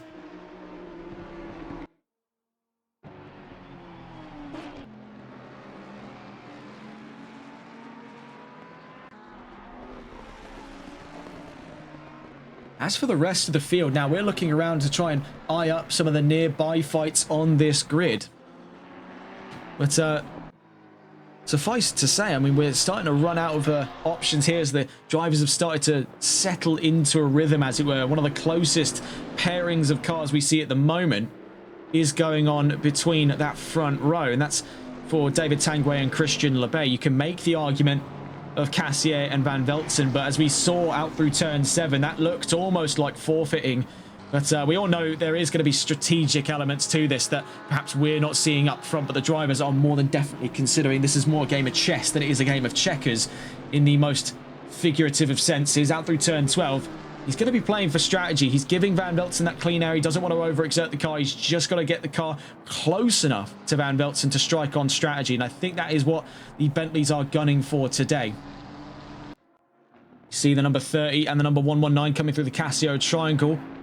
Any potential hints as to an early stop? Neither of them considering it here. Knowing that an hour is about the sweet spot now for the Continental. Out through 130 are a little bit over the white lines there for Axel Cassier. He's got to keep that one tidy. Otherwise, he could run the risk of picking up a penalty. Now, we see the bulk of the penalties have come out of Spoon historically. We've not yet seen any today, if my memory is currently clear.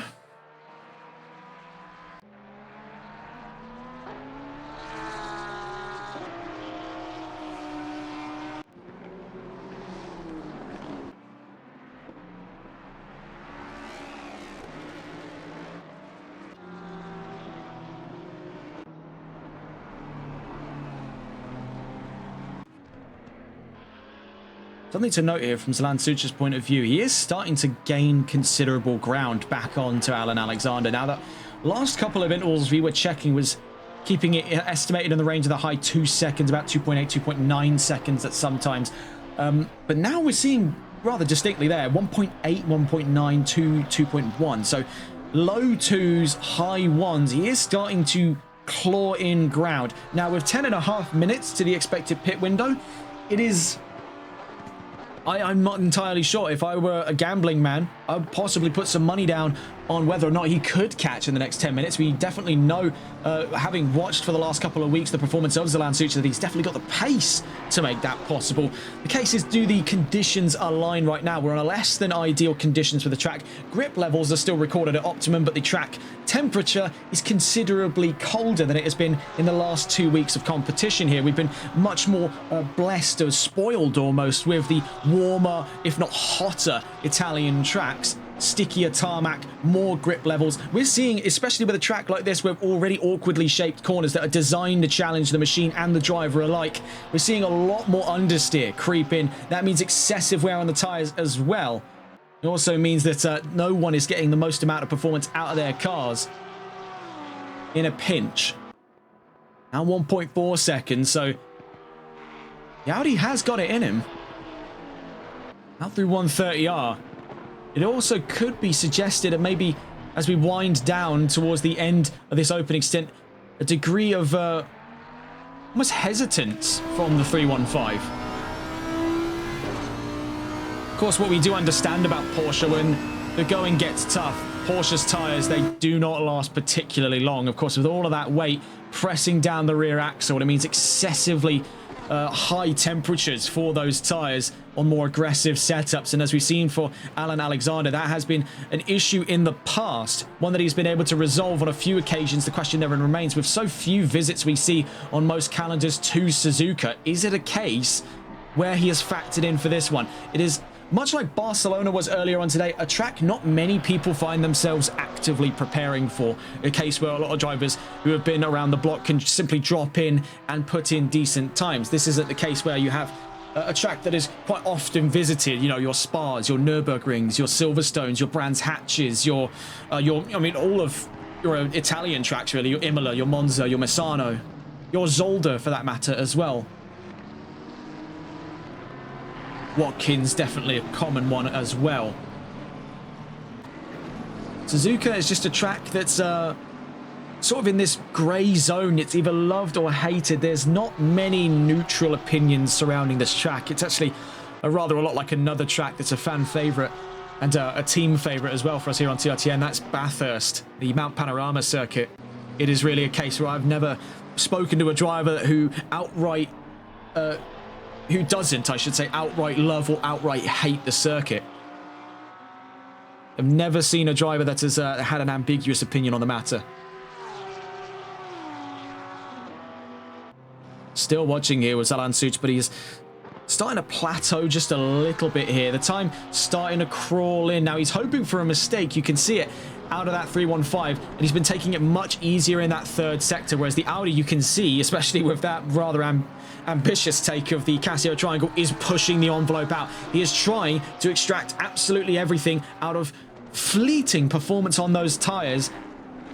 Now, we've seen already he can push the car. He's already pushed the car once today. If he pushes it again on the same set of tyres, we don't have active information to provide on tyre life, on tyre temperatures. So we're all having to gun this one by eye and body language. You can see there, the Audi is not particularly happy with what's being done to it. But I think that does also go a long way to describe the kind of driver that Zlan Sucha is, where he's able to handle a machine that is actively trying to kill him. We'll catch on with those two in due course. We'll take a look here. Cas van Velzen, since having taken position from Axel Cassier, has now opened up 3 seconds over that Bentley as we exit the Degner curves here, turn 8 and 9, up towards turn 10 and 11. 420 up on the podium.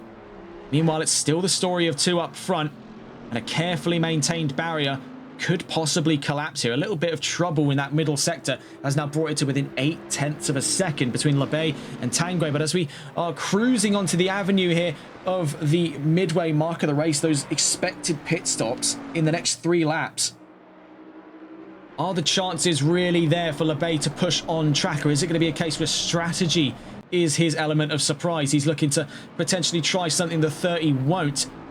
No indications of an early stop from either party there. They're easily going to keep this one running for maybe one, maybe two more laps. We know a lot of drivers like to try and time this to where they're in to the pits at almost the perfect halfway mark if they are to run a 50-50 strategy. 50% in the opening stint, 50% in the second half.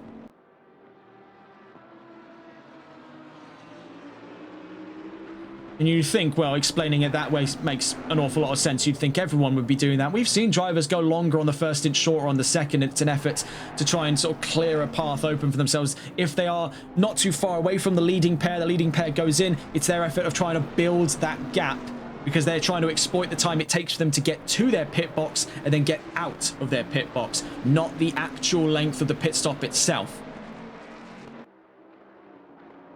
It's an easy thing to forget when first tackling strategy is to think of pit stops as just the time spent stopped in the pit. I know it's a very literal description of the name, but it also includes the time to get to the pits and the time to get out. It also factors in things like position on the actual paddock. So for cases such as Cas van Velzen, he could have a much more aggressive approach to pit stop strategy because he has a much shorter run out at the caveat of a much longer run in. He knows that he could potentially wind a few positions in a pinch, knowing he's not got a lot of distance to travel if drivers are gaining on him to get out of the paddock and onto the track. And actually, speaking of Cas van Velzen, he is in the pits, and there is exactly what I'm talking about. He can afford to play things a little bit more aggressively, as we see here. Mathieu Solange is approaching rather rapidly, but not a lot of running distance to get him out of the paddock there. And the number 7, powerless to catch up.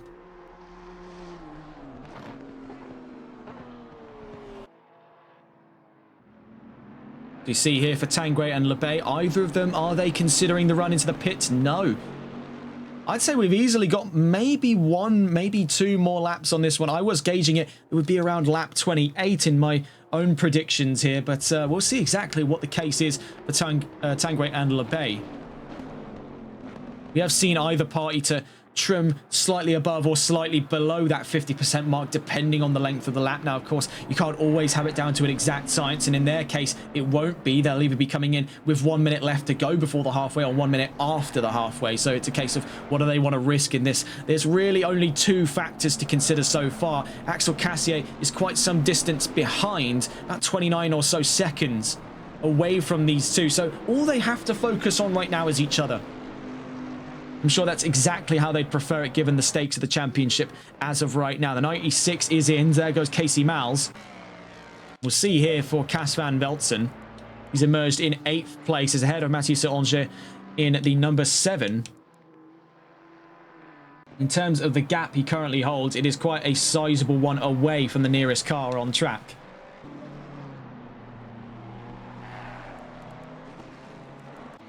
See here. He fights towards the back of the top 5, still firing on all cylinders here as we see the Audi now up and around the 315.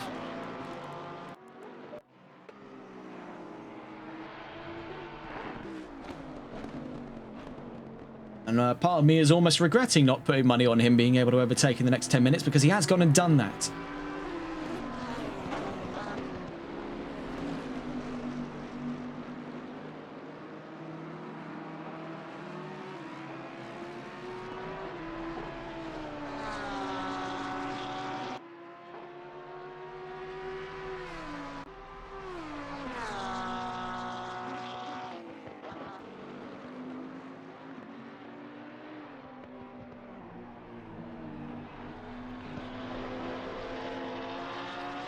Number 7 into the pits then, Mathieu Solange in the number 7 Porsche on his first ever race here in the Competizione Performance League. A great first half for him then, inside of that top 10. He comes into the pits.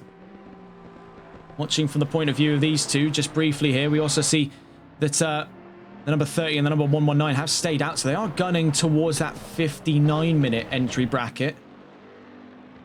We'll see, though, for Suzuki Alexander. No consideration of it off of the 996. As for the 315, we see that Alan Alexander has come into the pit lane. If we can go and catch on board with the Porsches there. We see both Porsches into the pit lane. So Onja just being released as Alexander makes his way in.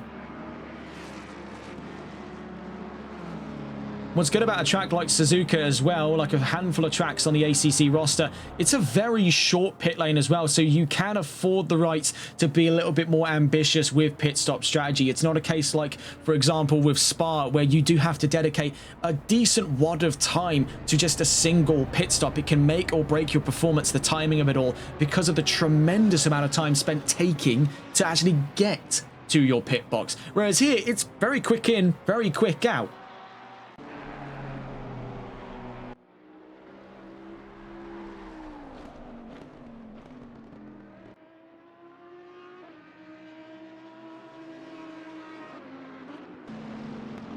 Looking here then, the fight for Tanguay v Bay as we hit the session halfway in towards 130R. The number 30 still leading from the 119, about 0.7 of a second as they make their way to the Casio triangle. What is going to be the going rates then for David Tanguay, the race leader?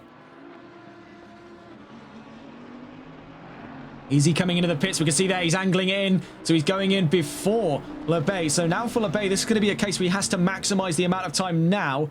From this point onwards, he does raise the chance, if he can properly knuckle down in the next lap and a half here, to potentially get up and around and overcut the position from David Tanguay. But Tanguay is in. That's the bottom line right now. It leaves Bay out by his lonesome to lead here in Suzuka with 59 minutes left to go. This is pivotal for him because if he can emerge from his pit lane run ahead of Tanguay, that will give him just enough points to lead the championship and win in the Triple Crown Enduro. You've got to appreciate it out of these drivers, despite the fact that this has been otherwise a more for fun style of series over the winter period. A lot of these drivers are taking it with the same kind of competitive fervor they bring to full-scale championships year in, year out. So they don't dwindle through the winter months. I'm sure that's why these series exist, is to keep them sharp on their run into larger championships in 2026. The number 44 did momentarily have trouble. That was the Lamborghini of Dan Jr. Poulin in a spot of bother there on his way round turn 7. He's actually giving way there to Axel Cassier, who's now shifted up to second place. I believe there were some kind of issues for him through turns 5 and 6, and then that spilled over into the Dunlop curve at turn 7. As for Cas van Veltzen, he's 6th on the field at the moment. Number 39 and number 616 in the pit lane at the moment. Christophe Dupois and Andrew Veldkamp. They're down a distance from where Van Veltzen needs to be in terms of positions. And a different length of the race there. His primary targets are still going to lie up in front, namely Axel Cassier. Currently second in this race. That is his target right now, is to be ahead of that 301 when it comes into the pit lane. Bay comes in, so he's tried to make true on that promise there to be ahead by the exit of the pit lane. We'll see whether or not his efforts have been good enough or in vain for the 119. Also in the pit lane still is the 616, having just been released. There goes Andrew Veldkamp. So we watch this moment with bated breath because this is the pit stop that could decide the championship. We see for Axel Cassier, we'll see the considerations are for the 301 to come into the pit lane. Is it going to be likely? Yes, there he goes. Following on his trails, we see Zalan Such in the number 996. He stays out, so very long on strategy by looks of it here. Trying to go the extra mile, trying to gain just a little bit more ground.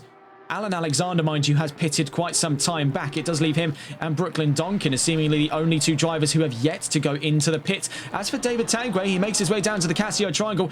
Bay not too far from the exit of the paddock here. It's all down to the wire. What can be done for the 119? It looks to be potentially back into the favours of the number 30. The 119 drops off of its jacks. Very short run to the exit of the pits, but it's all for naught because David Tanguay is back out in force and takes the lead.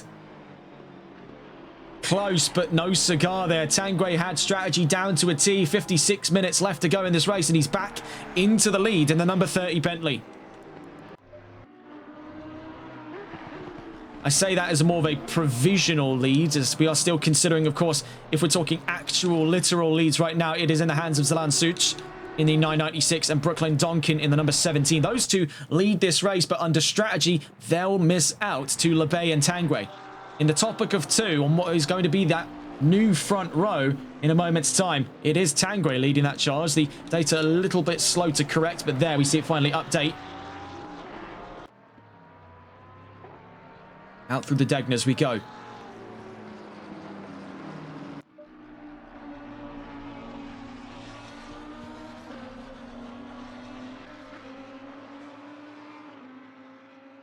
Now for Zalan Such, it's going to potentially be a bit more of an outward strategy. He's going to be thinking of something outside the box here, because where he wants to be is definitely not still scrapping around with the likes of Alan Alexander for 6th place on track. He wants to be up there on the podium. He wants to return to where he started this race off from before his incident down at Spoon.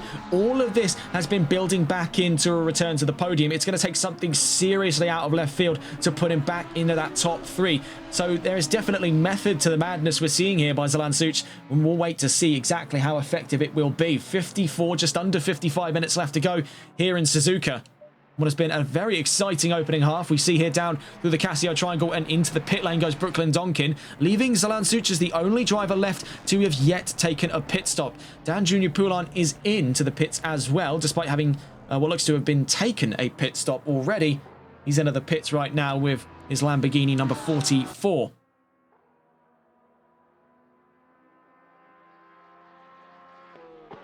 Tanguay up to 2nd in the race, still leading for what is going to be that provisional lead of the race.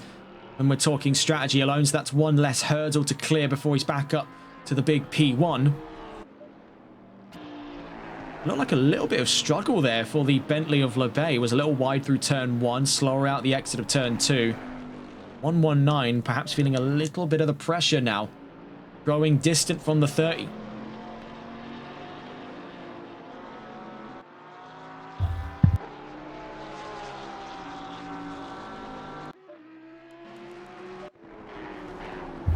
As we see here, Cas van Veltzen looking to fight with Axel Cassier. So under strategy, it's actually worked out quite dandy for Axel Cassier. He wanted the ambitions of returning to the podium as well, having had a great fight throughout today to be up on the podium positions. He is in provisional podium stead at the moment.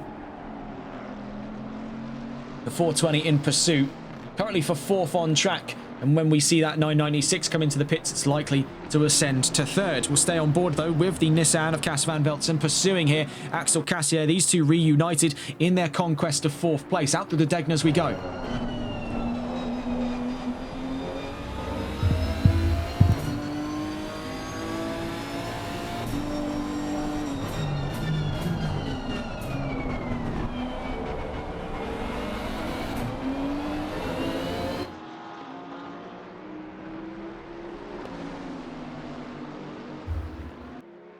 Heading up and around turn 12 on the run into Spoon. Now, this is the same area of the track that we had that 3-car prang from earlier that took the 996 down a peg from what was podium stead.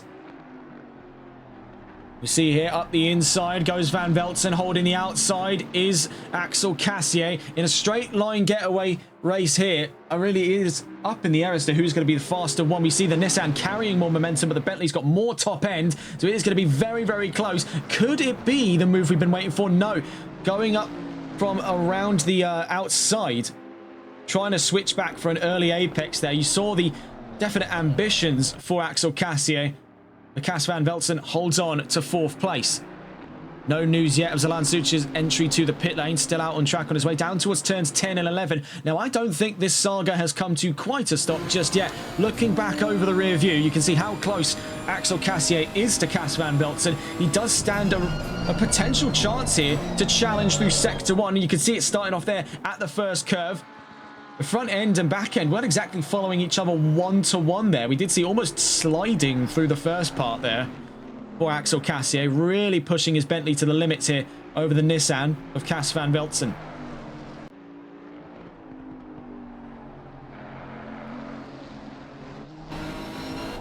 Looking over the rear view here.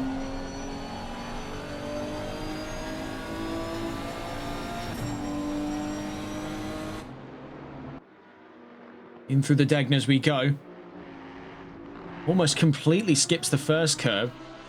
Then narrowly avoids the second here. I think it's been a valuable lesson learned for quite a few to just avoid hitting those curbs entirely.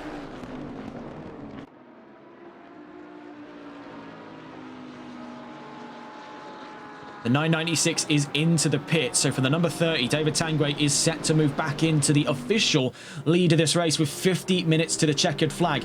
We're watching here with Van Velzen v Cassier. This is set to upgrade potentially onto that fight for third. We'll see if the efforts of the 996 have been in vain today. It has definitely been a roller coaster of emotions. Oh my goodness, that's Brooklyn Donkin in the wall there. We just cut across to see what went on with the Mustang. Out through turns 10 and 11, Donkin in the wall. Very, very bizarre stuff there. Not sure exactly who or what caused that. Very, very strange stuff indeed. Getting on board here with the 996. Zelan is playing a real dangerous game here in terms of, can he race Van Velzen and Cassier out of the pit lane, or is it just going to be too long a stop for him to have any kind of ground advantage on these two?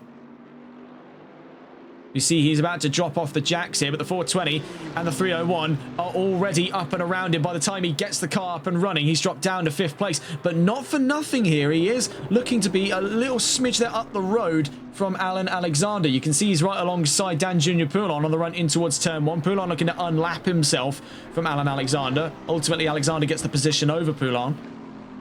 Zalan Suchi still puts him in the advantage space here. He's in that top 5.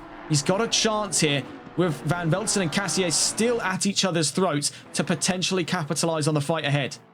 Definitely something to consider.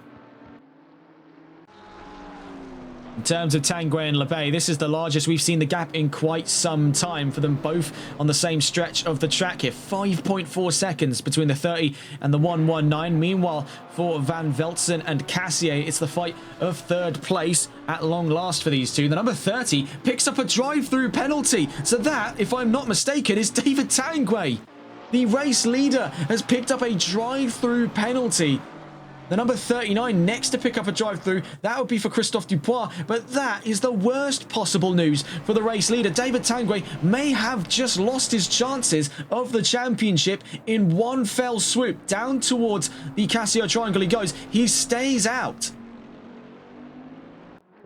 There is definitely this great feeling of dread now in the cockpit of that number 30, knowing that in the 2 laps between now and the end of this race, he is on borrowed time for that race lead and for that championship lead. It was a 2-point gap coming into today, 90 over 88 points. And this could fall away in his hands here.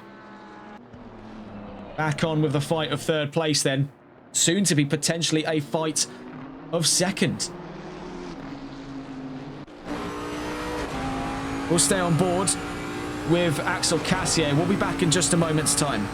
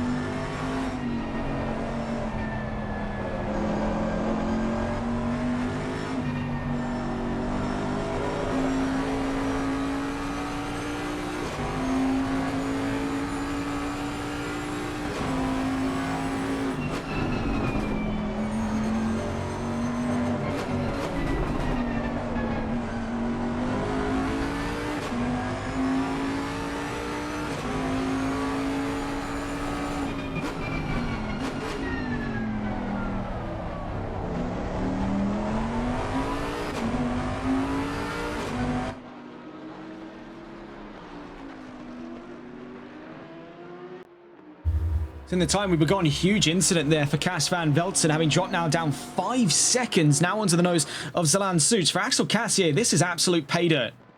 We'll have to go back through the footage and see exactly what went on for him there. We can only reasonably assume that he's gone either out wide or onto the gravel. A drive through for track limits, still 1 lap remaining for David Tanguay. It's now or never. The Requiem now rings for Tanguay's lead. It could be to within Lebay's court to play here. It's his race to lose in the next 3/4 of an hour. We're on board with Cas Van Velzen now. In the time we were away, we were watching from the view of Axel Cassier, who got front row seats to whatever on earth happened to the 420. Sadly, I myself personally don't know. I was at the toilet, but the 420 ran into some kind of trouble and is now down in 4th place and potentially to stand within chances of dropping to 5th. Zalan Such, we saw the momentum that he carried towards the end of that first half. If he's got any amount of that, this could be a dangerous place for Cas van Velzen to be. He has been on a revenge drive all race long. He now stares down the same taillights he's been staring at for some time in this race. One of the drivers involved in, wouldn't necessarily say responsible for, as it looked like a pretty honest racing incident. We'll let the race control team, of course, decide that one. But one of the drivers involved in the reason that he was down in that position to begin with. We have seen as well the 616 Andrew Veldkamp momentarily brought the yellow flags out. An incident down at turn 11. That's since cleared itself out past turn 12. We are going to catch on board with the Bentleys in due course here. We see, though, for Van Velzen stuck right now in a defensive fight for 4th place.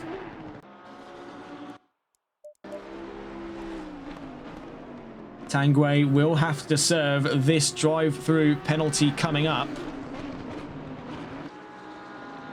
We are about to see that passing of the guard, but before we do, we are still watching with Van Velzen v Such here for the fight of 4th place. Soon to potentially be the fight of 3rd. Number 30 comes in. As we briefly just cut away here just to see, there is Tanguay, and Lebay goes through to lead. So Christian Lebay now leads 44 minutes to the checkered flag here. The ball is in his court and it's his championship to lose. As on the current projections, he is set to win.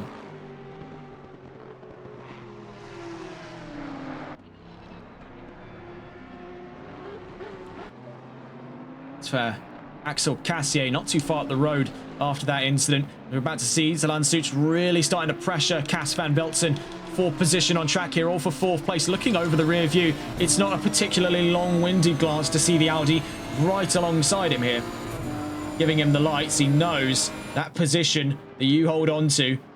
Treasure it while you can, because it's mine. Heading down towards turn 1 and 2.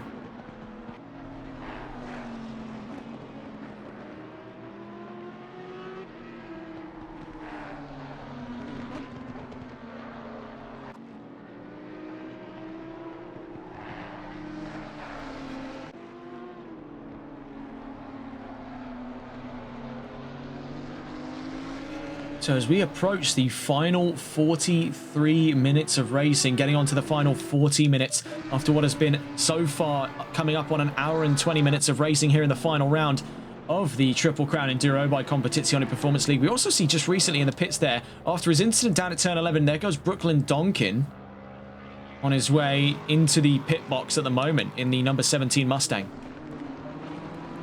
Back on board with these two on their way around turn 11. Zalan Such is not letting up here on his fight with Cas van Velzen. It's been constant pressure by the Audi. Let's see if we can go and catch on board with the attacking point of view here. On with the Audi, number 996.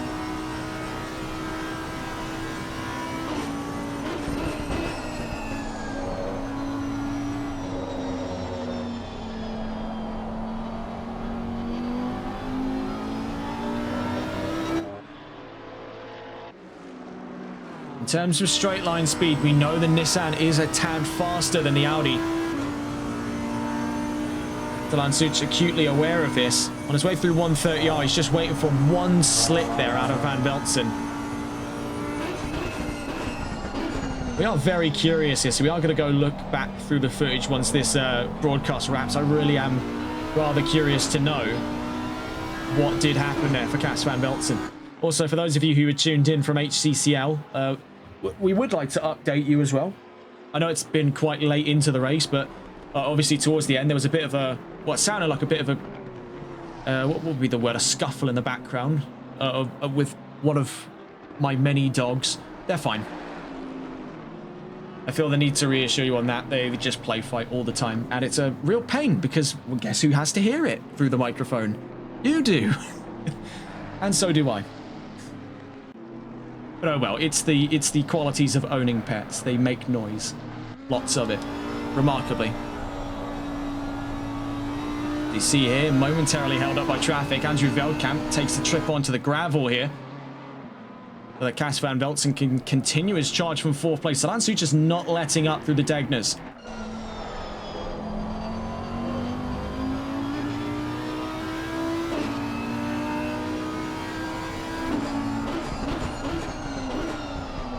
In towards turn 11, closer to the inside there. He's got more momentum, but then with more speed on the exit goes Cas van Velzen.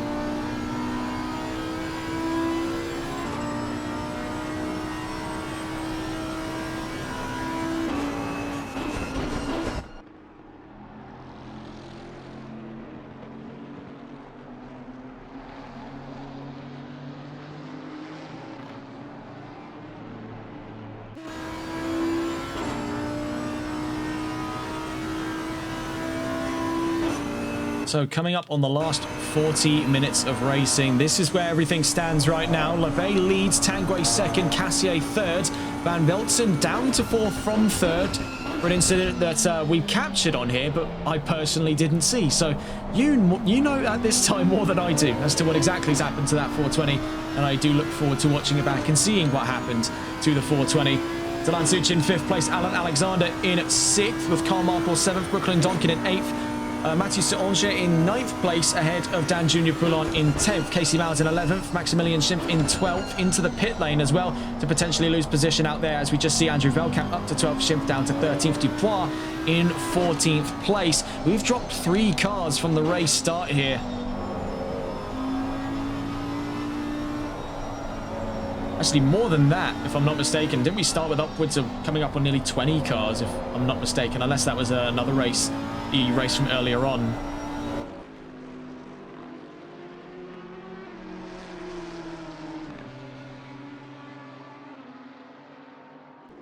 In towards the Degners we go.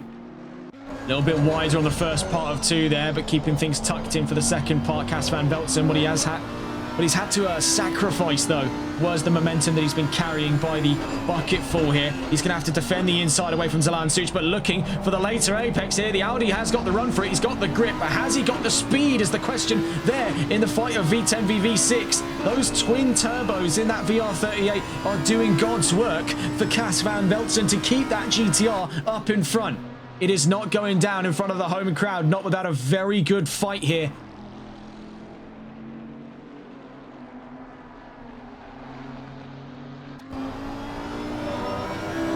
These two have been the talk of the paddock in this second half of the race, but we'll take another look around to see where some of the other fights are coming from. As far as you or I know right now, it is the closest fight on track is for 4th place. Such versus Van Velzen. And we see running out wide there, got super late on the brakes, so that'll be Salan Such up to 3rd. Van Velzen runs all the way out wide through 130R. Up to 4th place. Goes the Audi, much to the chagrin of the Nissan. Gone from bad to worse there for Cas van Velzen. Came out of the pits in 3rd place up the road from Axel Cassier. Has now dropped to the back of the top 5 and 4.6 seconds away from his teammate at Euro Titans, Alan Alexander, in the 315 Porsche.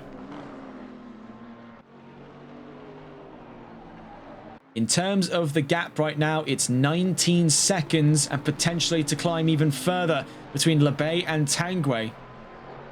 And it has got to be a brutal reality for that number 30 at this time, with 37 minutes against the clock, unless he is able to match what has been a joint perfect time both of them hold. His opportunities to gain on Labey are totally up to fate at this leg of the race. Strategy cannot help you. The weather doesn't seem to be shifting to wet weather anytime soon, so nature can't help you either.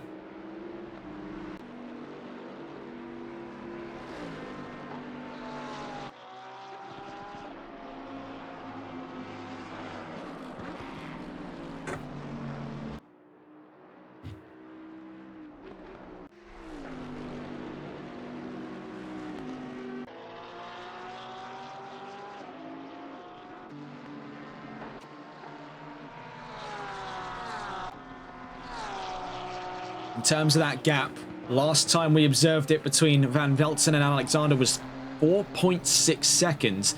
Now it sits at about 3.8. It's dropped 0.8 of a second. Something is critically wrong with that Nissan. Something has clearly gone awry in his efforts to defend as he cooked the tyres out on that GTR and his efforts to keep Zalán Such at bay for so long.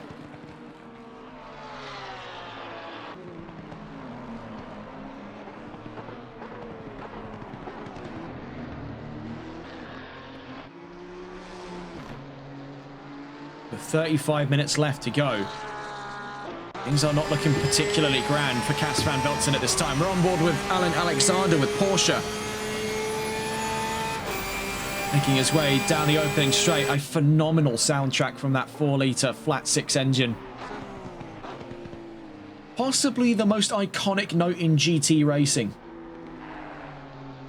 Definitely stand quite steadfast in the opinion that that is the most iconic sound in GT racing, is the Porsche flat six. I would say if we're really going to get down to the specifics here, I would say, and I would nominate as well, the late 2010s, the Porsche 911 RSR, the GTE car that competed in, I believe it was both IMSA and the World Endurance Championship, but it was just an absolute stunner of a car. The 420 picks up a drive-through penalty, so if you thought it couldn't get worse for Van Velzen, it can. And it will, so it seems, for the number 420. From 5th place, having dropped from 3rd, now a drive-through penalty. It has not been a grand way to exit the season here for Van Velzen. Disaster on home soil for Nissan. For Alan Alexander, it's a free promotion to the top 5. Heading up towards Spoon. See here, Brooklyn Donkin, another one of the Euro Titans drivers, making their way out of turn 18 alongside and then lapping ahead of Casey Miles in the 96 car. Currently sandwiched in between the leading Bentleys. Soon to be potentially lapped here by David Tanguay with 34 minutes left to go.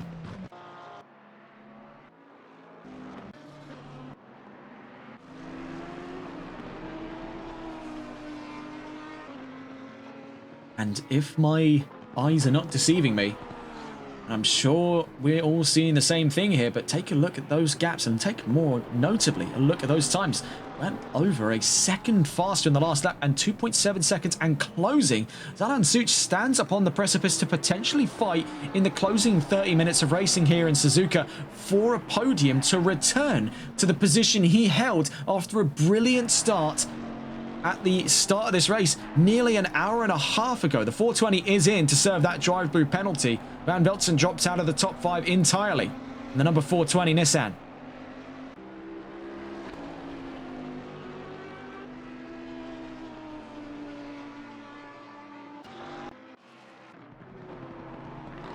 Exits the pits there ahead of Karl Martel. 2.5 seconds, 2.2 seconds as it readjusts there between the 99 and the 420. Unlikely at this time for there to be a battle. That's not to say there won't be one at all. The gap just a little too far away here. We'll see whether or not Martel has the momentum for it. You can definitely see whatever has happened through the run of the pit lane has not been doing many favours to the tyres on that Nissan. Actually, there might very well be the chances then. We might have to go back on ourselves, which is a... I was going to say a rare one, but we definitely have done that quite a few times now, haven't we? Out through turn 7 in towards turn 8 and 9. Martel does have a chance here, but he's got to act very quickly. The moment that Van Velzen can recuperate some of the heat in those tyres, he will be gone with the wind. Up towards turn 10 and 11. 1.7 seconds the gap. Watching with Axel Cassier. Now, this is to look over the rear view just to see that little faint white dot there in the distance. That is the 996 Audi of Zalán Such with Velocity Racing Team. On the exit of the Casio triangle, the gap currently between the two sits at about 2.3 seconds. With 31 minutes, just under 32 left to go in the race, and looking at their pace over the course of the last lap here, we see a 201.270 to a 2:0.810. There is a very, very likely chance right now that Zalán Such can catch within the next 10 minutes. And that can't be much a reassuring sign right now. Pace alone, at least, for Axel Cassier.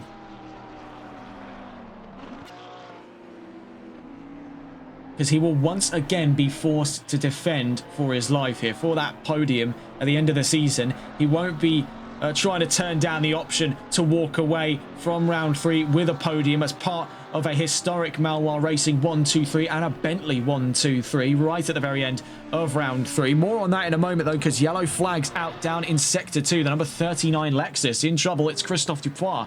See if we can go and catch on with the 39. Scrolling through here, we do see now re-emerging to the track, but almost right over the nose of the number 17. You can see considerable damages there for Dupois. This is not the first time that that Lexus has run into trouble down in turn 12. In fact, it could actually be nearly a mirror match of the same incident earlier on. 30 minutes left to go.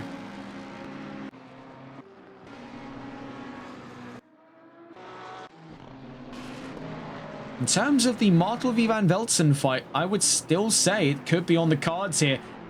Martel's just holding short of it. 1.7 seconds was momentarily 1.4. Van Velzen, you can see, is getting a little bit more ambitious over the curbs. He is trying whatever he can now, throwing the kitchen sink into this performance, knowing he's got to make up for his losses. The chances to be in the top 5 are slim at this time. 25 seconds. He'll be praying for another drive-through inside of that top 5 to put him within that chances of a top 5 himself, because right now, his modus operandi, his main objective, as it were, is to open the gaps up over the 99. So far, so good. He's up now to 2.3 seconds as we hit turns 13 and 14. More on these two later on. Let's get back on board with the developing fight going on for the podium. Potential fight to be 29 minutes 30, I should say,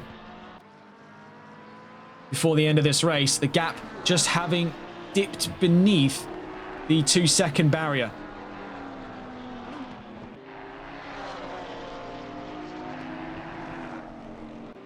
Staying on board then with Cassier. And the number 78 brings out the yellow flags. That's down at turn 14. Leave that to be Maximilian Schimpf at this time in trouble. That's with Black Nitro Racing Lamborghini. That's since come back into green flags with just about 29 minutes left to go. Each minute for these two is going to be ticking by like an hour in its own respect. An eternally long amount of time to be left on this track to their own devices. A gap still fluctuating, now at 2.2 seconds. Did momentarily drop to within 2 seconds, as we see there, but that's usually past the apexes of these corners. Now, it's a much harder matchup than what we've seen previously for the Audi over the course of this race. We've seen him go toe-to-toe with Porsches. We've seen him go toe-to-toe with Nissans, but Bentley, unlike Nissan, has plenty more to play with in terms of top end. The Nissan's got good acceleration. That can't be denied, but the Bentley has got a little bit more stability to play with. It's wider, which makes it way harder to pass in these smaller sections of the track like turn 11 and on the run in towards the Casio triangle. Moreover, Zelan Such isn't exactly driving the most petite car himself. That Audi is tremendously wide, so you put this, a pair of fridges, as it were, into a doorway-sized hole. Only one of them's making it through.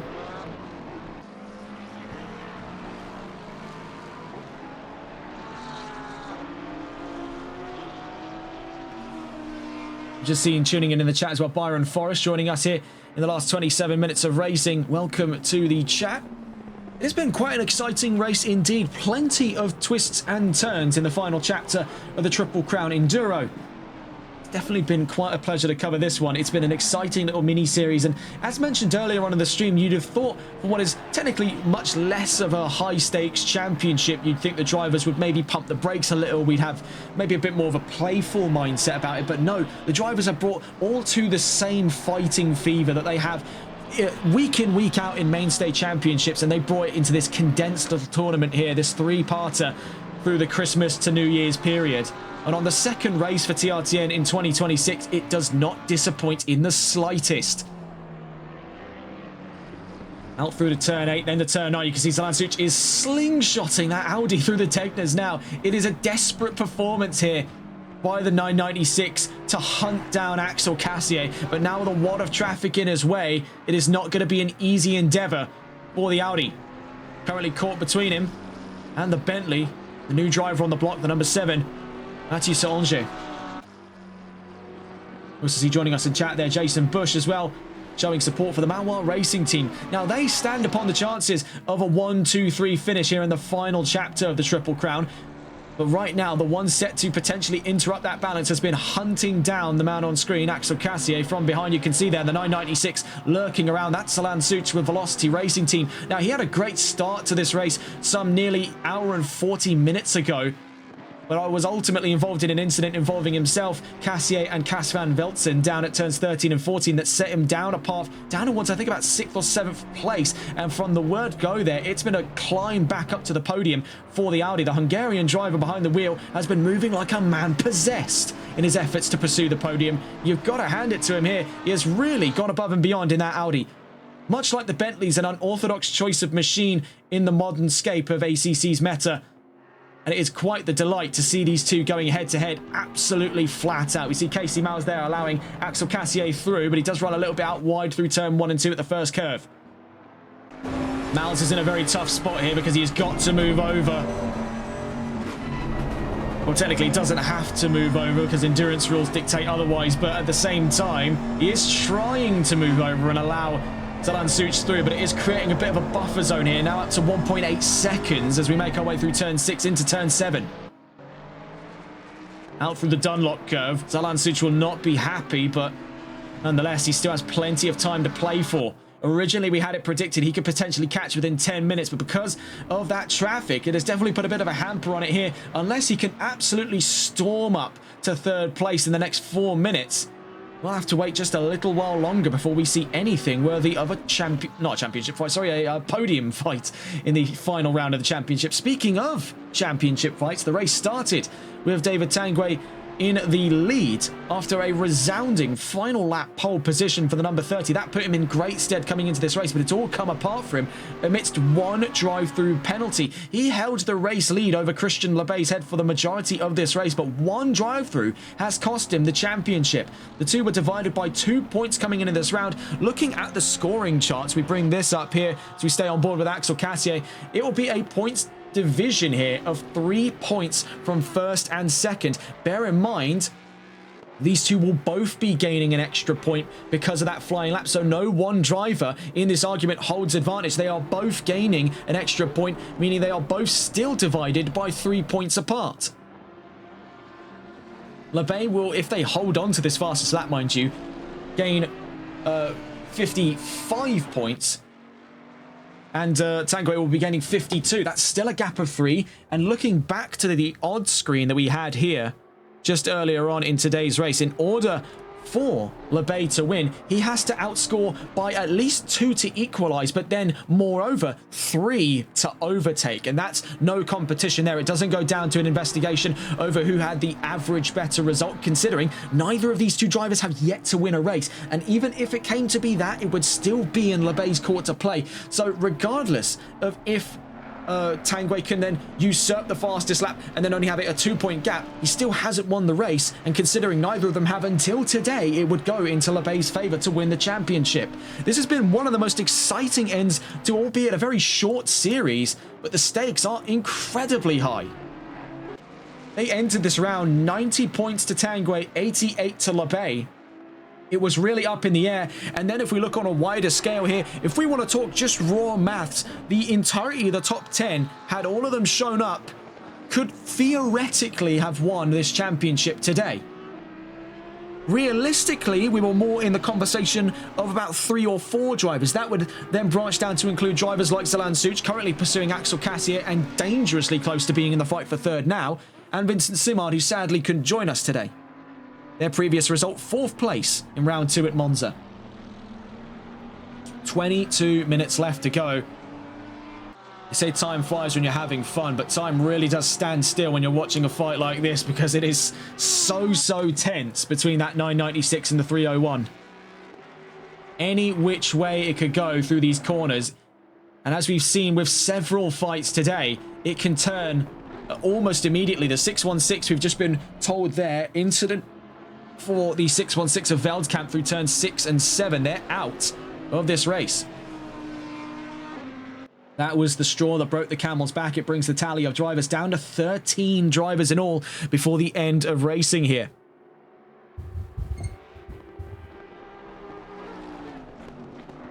Down towards turn 1 we go, taking the slightly wider line, and you can see why he's doing this. It's for a late apex through turn 2, gives him the better run for turn 3. Axel Cassier throwing everything at it now, just as much as Alan Such has been for the last 10 minutes here. Now as he gets closer and closer to that 2.5 range, it starts to plateau just a little bit here. The Bentley, normally on paper you'd consider the car with far less to gain in terms of maneuverability, has been able to keep the Audi at arm's length for a decent amount of time here. So as we drop in towards 20 minutes left to go in this race, just under 21 as we enter the Degners here, turn 8 and 9. It could still go any which way. It's usually in this middle sector we've seen a lot of progress being made by the mid-engine cars in any which fight. In the rear-engine cars, this logic also applies to. Out through turn 11 we go.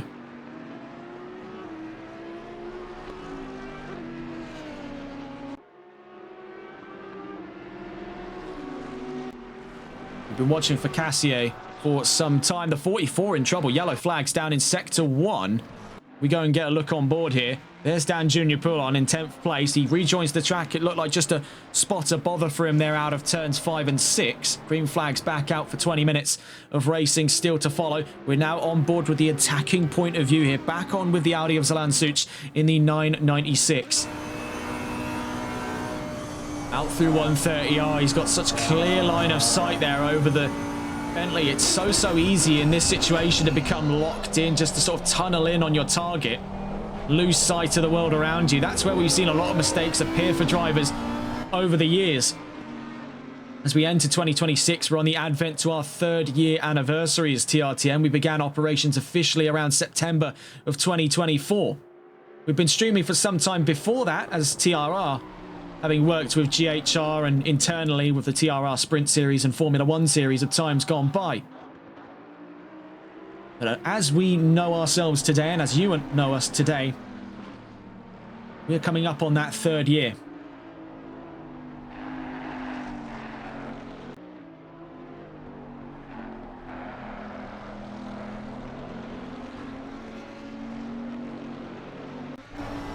Bear in mind, we're not going to be spoiled for choice in terms of the first 3 races of 2026. Of course, we had a great opening round for Season 3 of the HCCL Multi-Class Championship. The winners out of that, Dion Helgelien and Vladislav Mizin in GT3 and GT4. We've had a fantastic race so far today, and that's still set to be wrapped up in the next 18.5 minutes. And then following on the trails of that tomorrow is the return to the Sunday League. Season 4, the NLRL Sunday League joins us once again on the calendar from Sunday onwards. The last 3 rounds coming up from round 7 in Kyalami. Then to, I believe, to Laguna Seca, and then back to Silverstone. Then we'll be on to the Rollings for Season 5 of the Sunday League. Plenty of ideas being floated for that one. We'll get on to the discussion of it tomorrow. Because right now, we've still got racing to wrap up here in the Competizione Performance League. In terms of the Competizione Performance League as well, we're happy to announce that the return of the GT4 Pro-Am Cup America Series is coming up this... And I'm going to go by the American or Eastern time zones, I should say, the Eastern Standard Time. It's coming up this Tuesday, 9 p.m., I think, Eastern Standard Time. So for our European viewers, it's about 1 a.m. Greenwich Mean Time. There's going to be high stakes involved in all of that as well. Plenty of these drivers we've seen before through the avenue of the GT4 Pro-Am Cup America Series. It's going to be great to be finally back behind the wheel of the GT4s proper. We got to see a little sort of kindling of them today on that multi-class grid over on HCCL. It's going to be great to see the grid once again for that first round coming up. Of course, LeBay set to defend his GT4 championship title. What we saw throughout the Jaguar series was definitely a rise to form for drivers like De Tosto, for drivers like Simard, for drivers like Forrest. So a lot of big names in the local space coming back in to compete for that series. It's going to be an exciting one to follow over the next, I believe, looking at the calendar here, 8 weeks. So starting from January 6th for the next 8 weeks of racing. That's going to be great fun. That's January 6th in the Eastern Standard Time. For us here in the UK, it'll be January 7th at 1 a.m.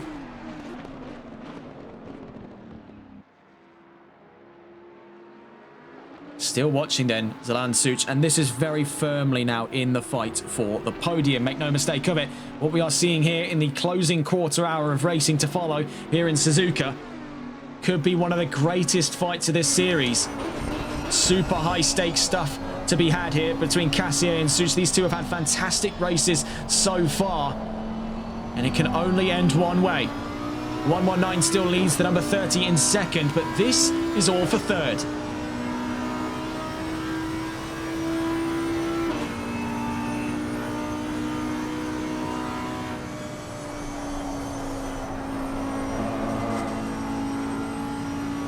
Down towards the Casio triangle we go. You see he's just preying on that Bentley. He's waiting for even a moment of vulnerability. Meanwhile, we did have a rolling white flag through turn 11 again, the number 39 of Christophe Dupois. That Lexus has been finding some serious trouble in the middle sector so far. Not been the brightest of days for Lexus. Nonetheless, they're determined to see the checkered flag here. 15 minutes, 20 seconds left to go. Down towards turn 1 and 2 we go. We're watching on for the fight of third.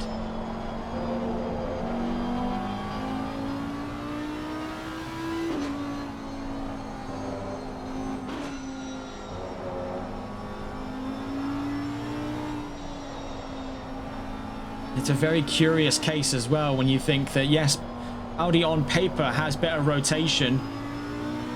With that more centralized center of gravity, it gives them just a little bit more poke in the corners. That's nullified by the tremendous amount of aero wash generated being behind the Bentley. It's a big car. It makes a big wake on track. It's very easy for drivers and cars alike to get upset in the wake of the Bentley.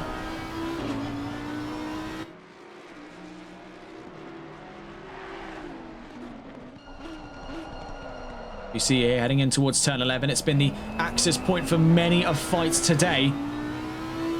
Does not yet decide this one, out through turn 12.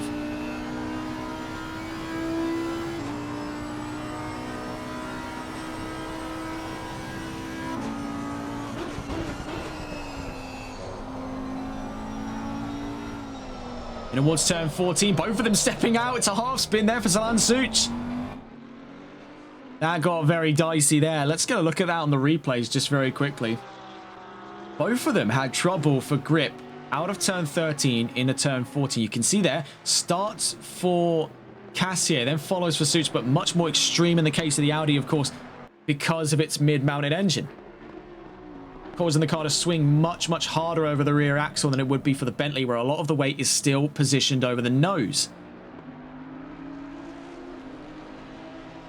In that situation, it makes the back end go light, which results in the oversteer. For the case of the Audi, it means that the front end, a lot of the weight shifting over the nose, but because, of course, a lot of the weight is still in the back of the car, it does create almost a hammer swing effect and swings the whole back end of the car away much more violently because the weight dramatically shifts back over the rear as the car starts to pivot. That's where you end up in these huge fishtailing incidents for the mid-engine cars. We saw a little bit of that earlier on for the 55 Honda, Richard Cecil, that incident that he had out through turn 12. One very small knock over the curb there. He was able to correct, but then the Honda just started swinging and swinging and swinging, and by that point he was a passenger by the time he hit the wall out at turn 12.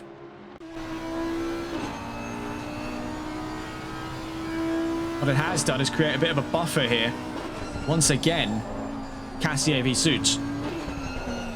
Can't be the best of feelings here for Zalan because he has been hunting down that 301 for the longest time here, and he knows he's got to use it or lose it effectively because the longer he spends behind that Bentley, the worse things are going to get. He is still riding in the hot air generated by that Bentley. In extreme cases, that can overheat the engine. We've seen that on a very, very rare number of times in Bathurst, and that is where you get racing at its closest. Moreover, it causes excessive heat build-up in the tyres and the braking systems. All manner of thing does not end up particularly happy with you heat-wise when you ride around in the hot air generated by another car. Fortunately, he's at the distance now to where that's not going to be so much of a felt effect. But even then, there's the more obvious considerations with the huge wad of air being punched away by the Bentley up in front. There's not a lot of air left to run over the front and rear aerodynamics of the Audi behind him, where he gets to benefit from better straight line speed.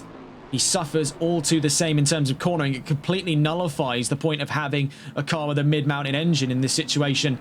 The car up in front has the engine over the nose and is just able to punch a hole in the air to where you can't use any of the fancy aerodynamics on your car.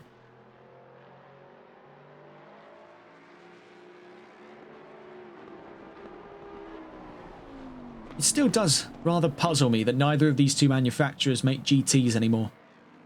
A crying shame too. It's understandable in the case of Audi, they've redistributed their efforts over towards other avenues, so to speak. Most notably, they've piled a lot of research into Formula One. Before that, it was the Dakar Rally with the e-tron. It's been a case where Audi have been sort of skipping around, trying new ideas. I mean, personally, I hope they go to the WRC next, but I think we can all try and think wishfully here, but realistically, they're in the all of the eggs in the F1 basket for at least the next couple of years. As for Bentley, I think it's just a case where, being a subsidiary of the Volkswagen Group for the longest time, a lot of the assets get redistributed, and ultimately this was more of an M Sport project than it was a Bentley project by sundown of it.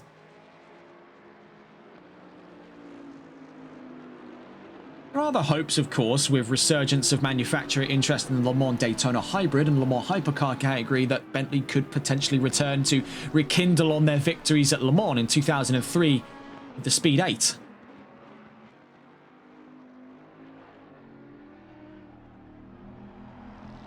But one can wish.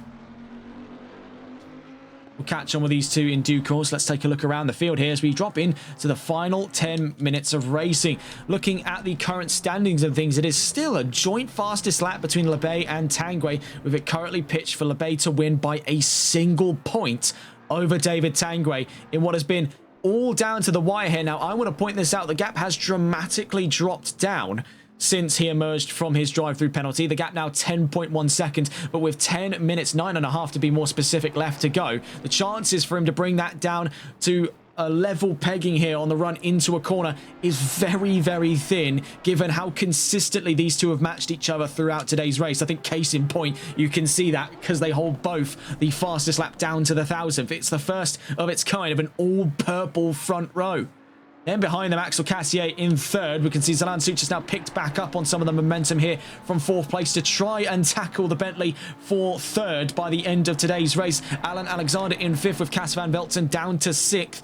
Carl Martel in seventh, Brooklyn Donkin in eighth, Mathieu Seonge in ninth, and Dan Junior Poulin in 10th. Casey Mallet in 11th, Maximilian Schiff in 12th, and Christophe Dupois in 13th. Those now left to survive Suzuka.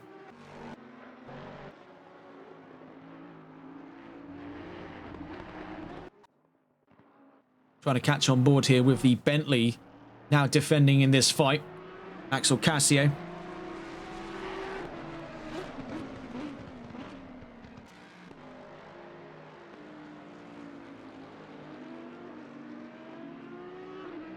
Definitely in the considerations of a fight for third place, but still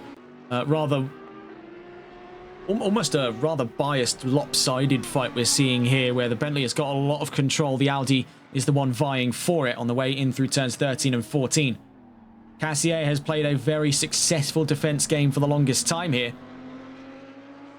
It's his podium to lose, with 8 minutes left to go. Functionally looking on the advent of about 4 more laps in this race, as according to the 119 who crossed the line but a moment ago, 32 seconds up the road. Potentially 5 if he's able to run it up to the clock here. Down towards the Casio triangle.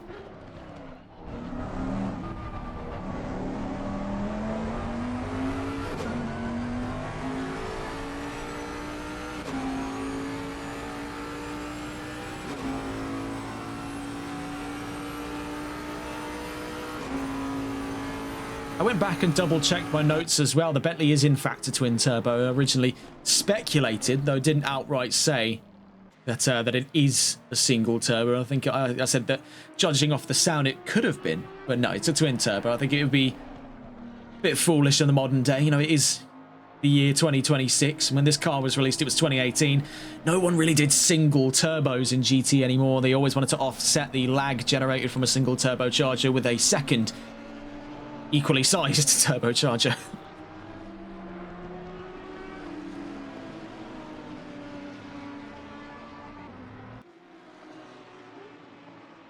Really, when it comes to turbos anymore, you only get single turbos. I'd probably say in what, touring cars and rally is your two primary avenues.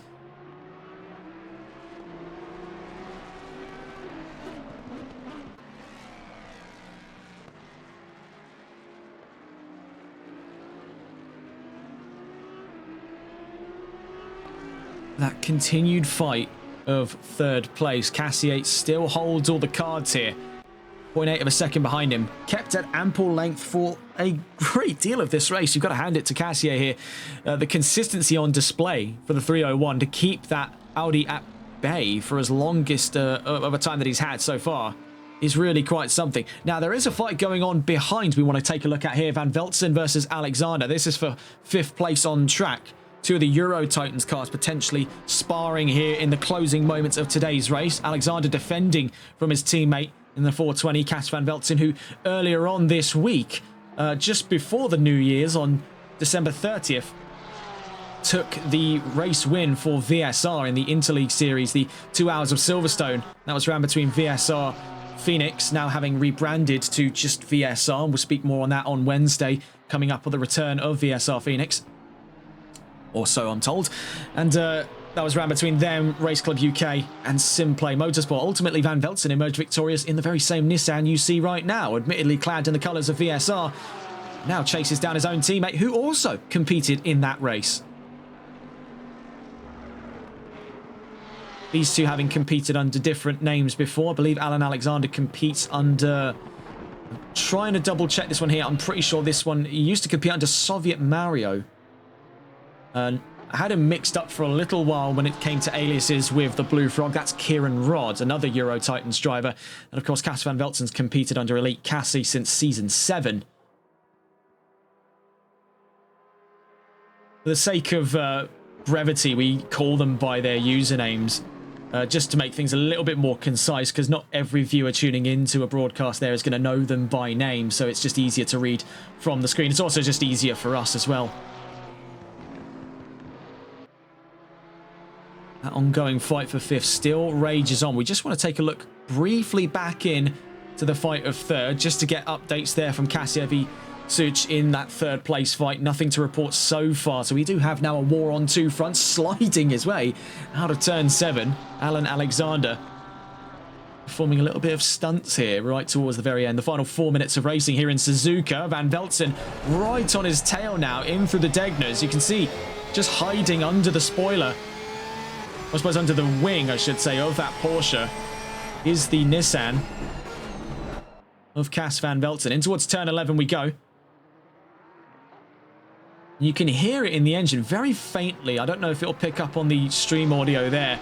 But you heard he slammed the throttle shut. There was actually a bit of wheel spin for him. So he is hooking the car out of these corners and just booting the throttle open in the hopes the car grips up there. So the 315 really playing to within 100% of what it can give, right to the ragged edge here towards the end of the line in Suzuka. Still being pursued every step of the way here.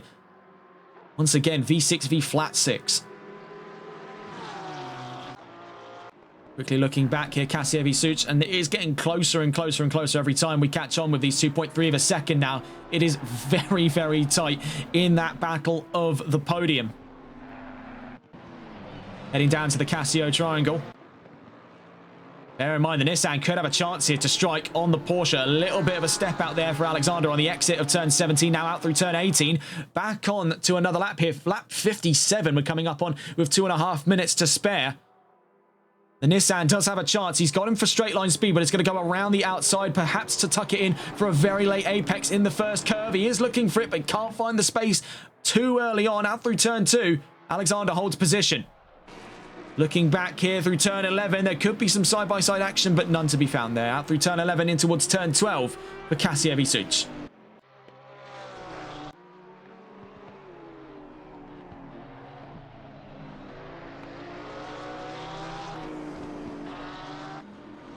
Sliding again out through turn 7. This surely can't be practical for the 315. He's running either an ultra-low TC setup or no traction control whatsoever. Out through the Degners we go. He is skating quite literally on ice here. Thin ice, mind you. with that Porsche. We know how tail happy it is, even with traction control, to take that away from it. You're playing with fire. Down towards turn 11 we go, still defending from Cas van Velzen. And they're again sliding as well. These two, actually, I know the game they're playing now. They're both sort of in on this just a little bit. Let's get back on board with these two, because this could be the flashpoint in their rivalry for third. Axel Cassier defending from Zalan Such on the way down towards the line here, onto their final lap of racing here in Suzuka. Not far from the end of this championship. It can all come down to this in towards turn 1 and 2. The Audi looks to go later into the apexes here at turns 1 and 2. It is going to put him right alongside the Bentley, but will it keep him there by the time we hit the S's proper? The answer, no. Simply put, out through turn 3, the Bentley holds position. Meanwhile, looking here, things have dissipated rather dramatically between Alexander and Van Velzen. Nothing to report there. So back on board with this fight for third place.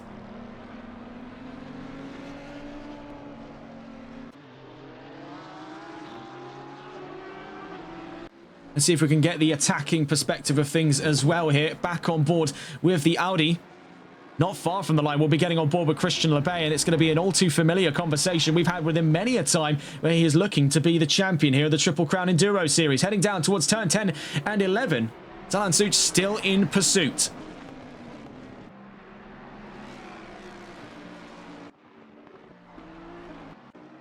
So we're going to catch back on board with the Bentley of Cassier, just because it's going to be a little bit more convenient to swap over in a moment's time to the 119 of Christian Lebay. As we head down in towards the Casio Triangle, we now catch on board with the 119, heading down towards the line here. It's an all too familiar sight for Lebay, the front of the pack, but he's waited 2 strong weeks heading into this one to finally see the checkered flag first among the fray. He wins here in Suzuka, and that has done him more than enough.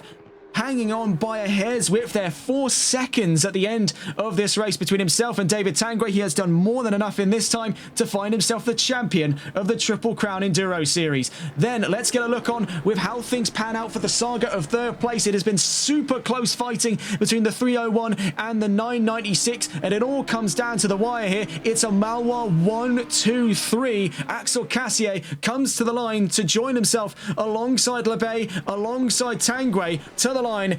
Cassier third.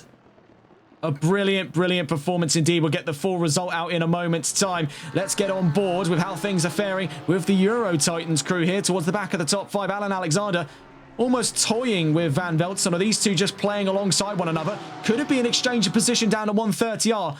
Don't tell me they're thinking of what I'm thinking they're doing. And oh my goodness, he's sliding that car.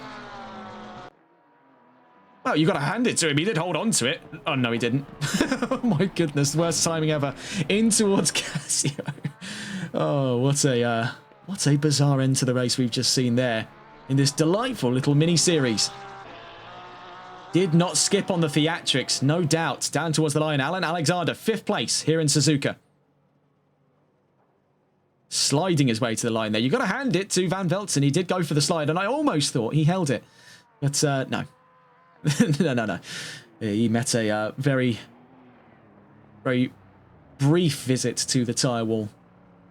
We'll get a full look at those results in a moment's time. You can see them start to rack in here. We see Dan Junior Poulin makes the top 10. Casey Miles in 11th. It's Maximilian Schimpf last to the line here for 12th place. Comes down towards the line there to make 12th place in this race. Down towards the line then. Decent result today for Schimpf, through thick and through thin, but there is the brass tacks of it all. Christian Lebay wins in Suzuka on a joint fastest lap, and by the points distribution right now, it gives him 3 over Tangre, where he needed only 2 to equalise. He supersedes control of the championship lead and is the champion of the Triple Crown Enduro Series. Axel Cassier makes a Malois 1-2-3, finishing 3rd, just under 0.8 of a second up the road from a very valiant comeback drive by Zalan Such. Easy candidate for driver of the day from the 996. Had a great fight through the pack there. Alan Alexander brings it to 5th place ahead of Carl Martel, and Cas van Velzen drops down to 7th after his incident at 130R. You've got to hand it to him for trying the drift, but ultimately didn't work out. Brooklyn Donkin in 8th place with Mathieu Saonge in 9th and Dan Junior Poulin in 10th. Casey Miles 11th, Maximilian Schimpf in 12th, and Christophe Dupois in 13th place. Andrew Veldkamp, Richard Seesaw, Michael Picconi, Patrick Dolce and Alex Albert, all DNFs or DNSs in this race. A heavy count here in Suzuka. It's what's given it such a notorious reputation. Well, we'll try and briefly get a word here out of Christian Lebay before we get on to the prize draw. We'll explain that in due course, but first things first, let's try and get a chat with a all-too-frequent sight at the top of the championship charts here in Competizione Performance League. Let's go and have a chat with Christian Lebay.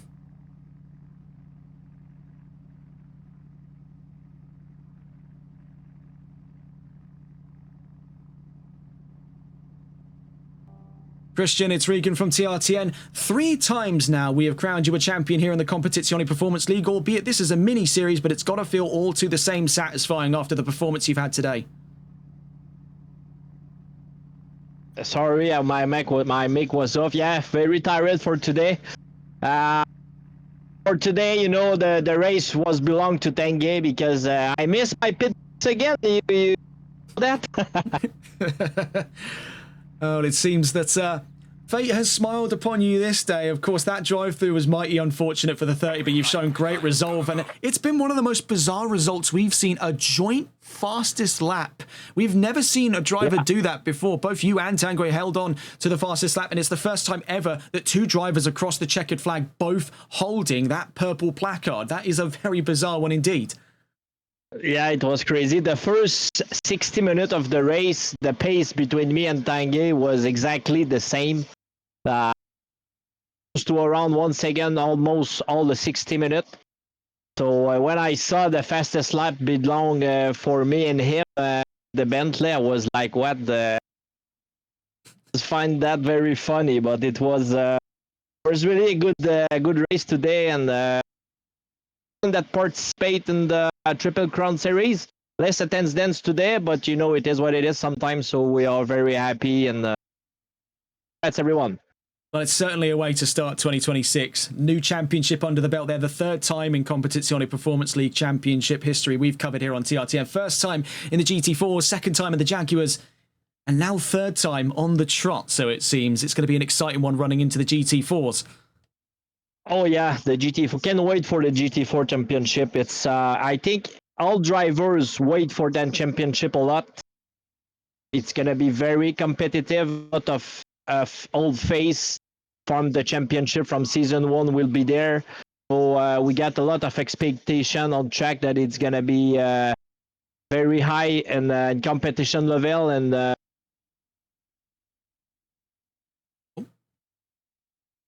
you there? We had a bit of a connection issue there. You still there? Yeah, I'm still there, yeah. Yeah, sorry, it's just a bit of a connection issue. We can hear you now. Yeah.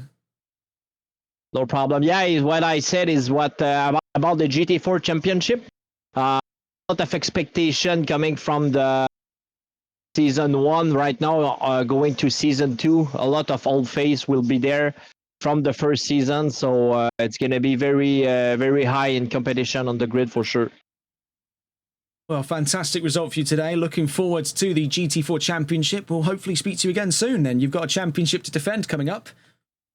Yes, sir. Perfect. And tomorrow I'm going to get ready for the NLRS on the league at Kyalami. So a big race coming up for tomorrow for everyone, I think. Well, very well done today then, Christian. Enjoy that one. And we'll see you again probably tomorrow. And then we'll see you again over on the start of the 2nd season of the GT4s. Thank you. Yes, sir. Take care. All the best. Bye. So there you have it, another chat with Lebay, the 3rd time we've done that here in Competizione Performance League. He just can't stop racking up silverware, this one. Now on to the discussion of a brand new thing we've got going on here. Now, for those of you who watched throughout the runnings of the Jaguar GT3 Revival series, you'll have remembered that I spoke at length about a giveaway that was being hosted by the Competizione Performance League. If we get a look here into the standings, we can start to see what is going on here. So it's for a pair of Fast Goose Sim Racing gloves, 2 pairs as a matter of fact, and to be eligible for that you had to have completed 8 of the 9 events with no DNFs. Well, I have the list of drivers here, and moreover, we've put it on a wheel. So we have 7 drivers here. We're going to spin the wheel twice, and those 2 drivers will win the reward. It will be spec'd out to their size and colour of their choice. You'll be able to get in touch with the Competizione Performance League staff to claim your prize if you are on this list. So we have Byron Forrest, Timo de Tosto, Vincent Simard, Alex Albert, Richard Cecil, Dan Junior Poulon, and Clinton Bourne. Let's see then, of these 7 drivers, who of them, of 2 of 7 drivers, I should say, is taking home prizes. Well, starting things off then, let's see who it's going to be. By looks of it, it looks to be Richard Cecil. By very close margins there, nearly went to Alex Albert. So that's the first of our prizes, Richard Cecil, to win a pair of these Fast Goose Sim Racing gloves. Do get in contact with the Competizione Performance League staff to arrange their delivery and customization. And then the last of the 2 drivers to get their prizes today. Let's have a little look. And it looks to be, by just close there, Byron Forrest to win the other pair of Sim Goose Racing clubs. So very well done to those 2 there. Richard Cecil and Byron Forrest, your 2 winners for the the Fast Goose, Sim Racing gloves. Do make sure to get in touch with the Competizione Performance League staff to arrange their customization and delivery. Well, that's all for that. So I'm told one more driver would like an interview. So let's go and get a look here. And so I'm told it actually came from that of David Tangray. He wants an interview, and of course it would be good to catch up with a driver who was so close to the chances of the championship today, just to sort of get a sort of gauge for how things have been going for him at this time. So let's go and have a little look here. We're going to go and try and find Tangray. I believe, yes, so this is him here. We're going to try and give him a call. If he doesn't pick up, then we'll have to speak to him another time, but let's see if he's available for a chat. Hi there, David. It's Regan from TRTN. I'm told you'd like an interview after everything that's happened today here in Suzuka.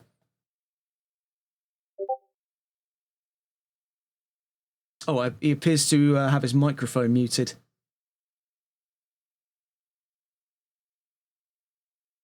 You know your microphone's on mute there, David.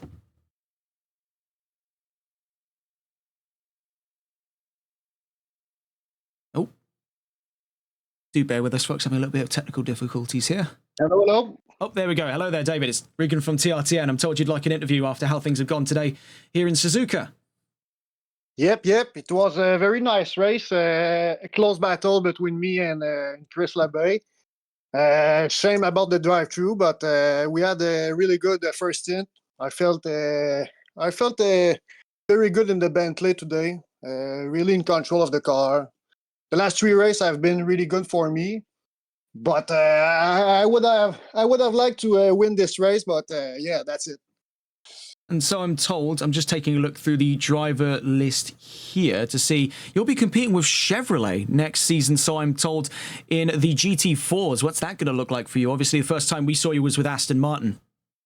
Yes, I'm a big Aston Martin guy, but I drove the Chevrolet maybe 2 or 3 times. I'm not really experienced with the car, but front engine car really suit me. So I think I will be able to adapt myself really well with the car. So I drive a bit like Labey, so the car will very suit me, I think.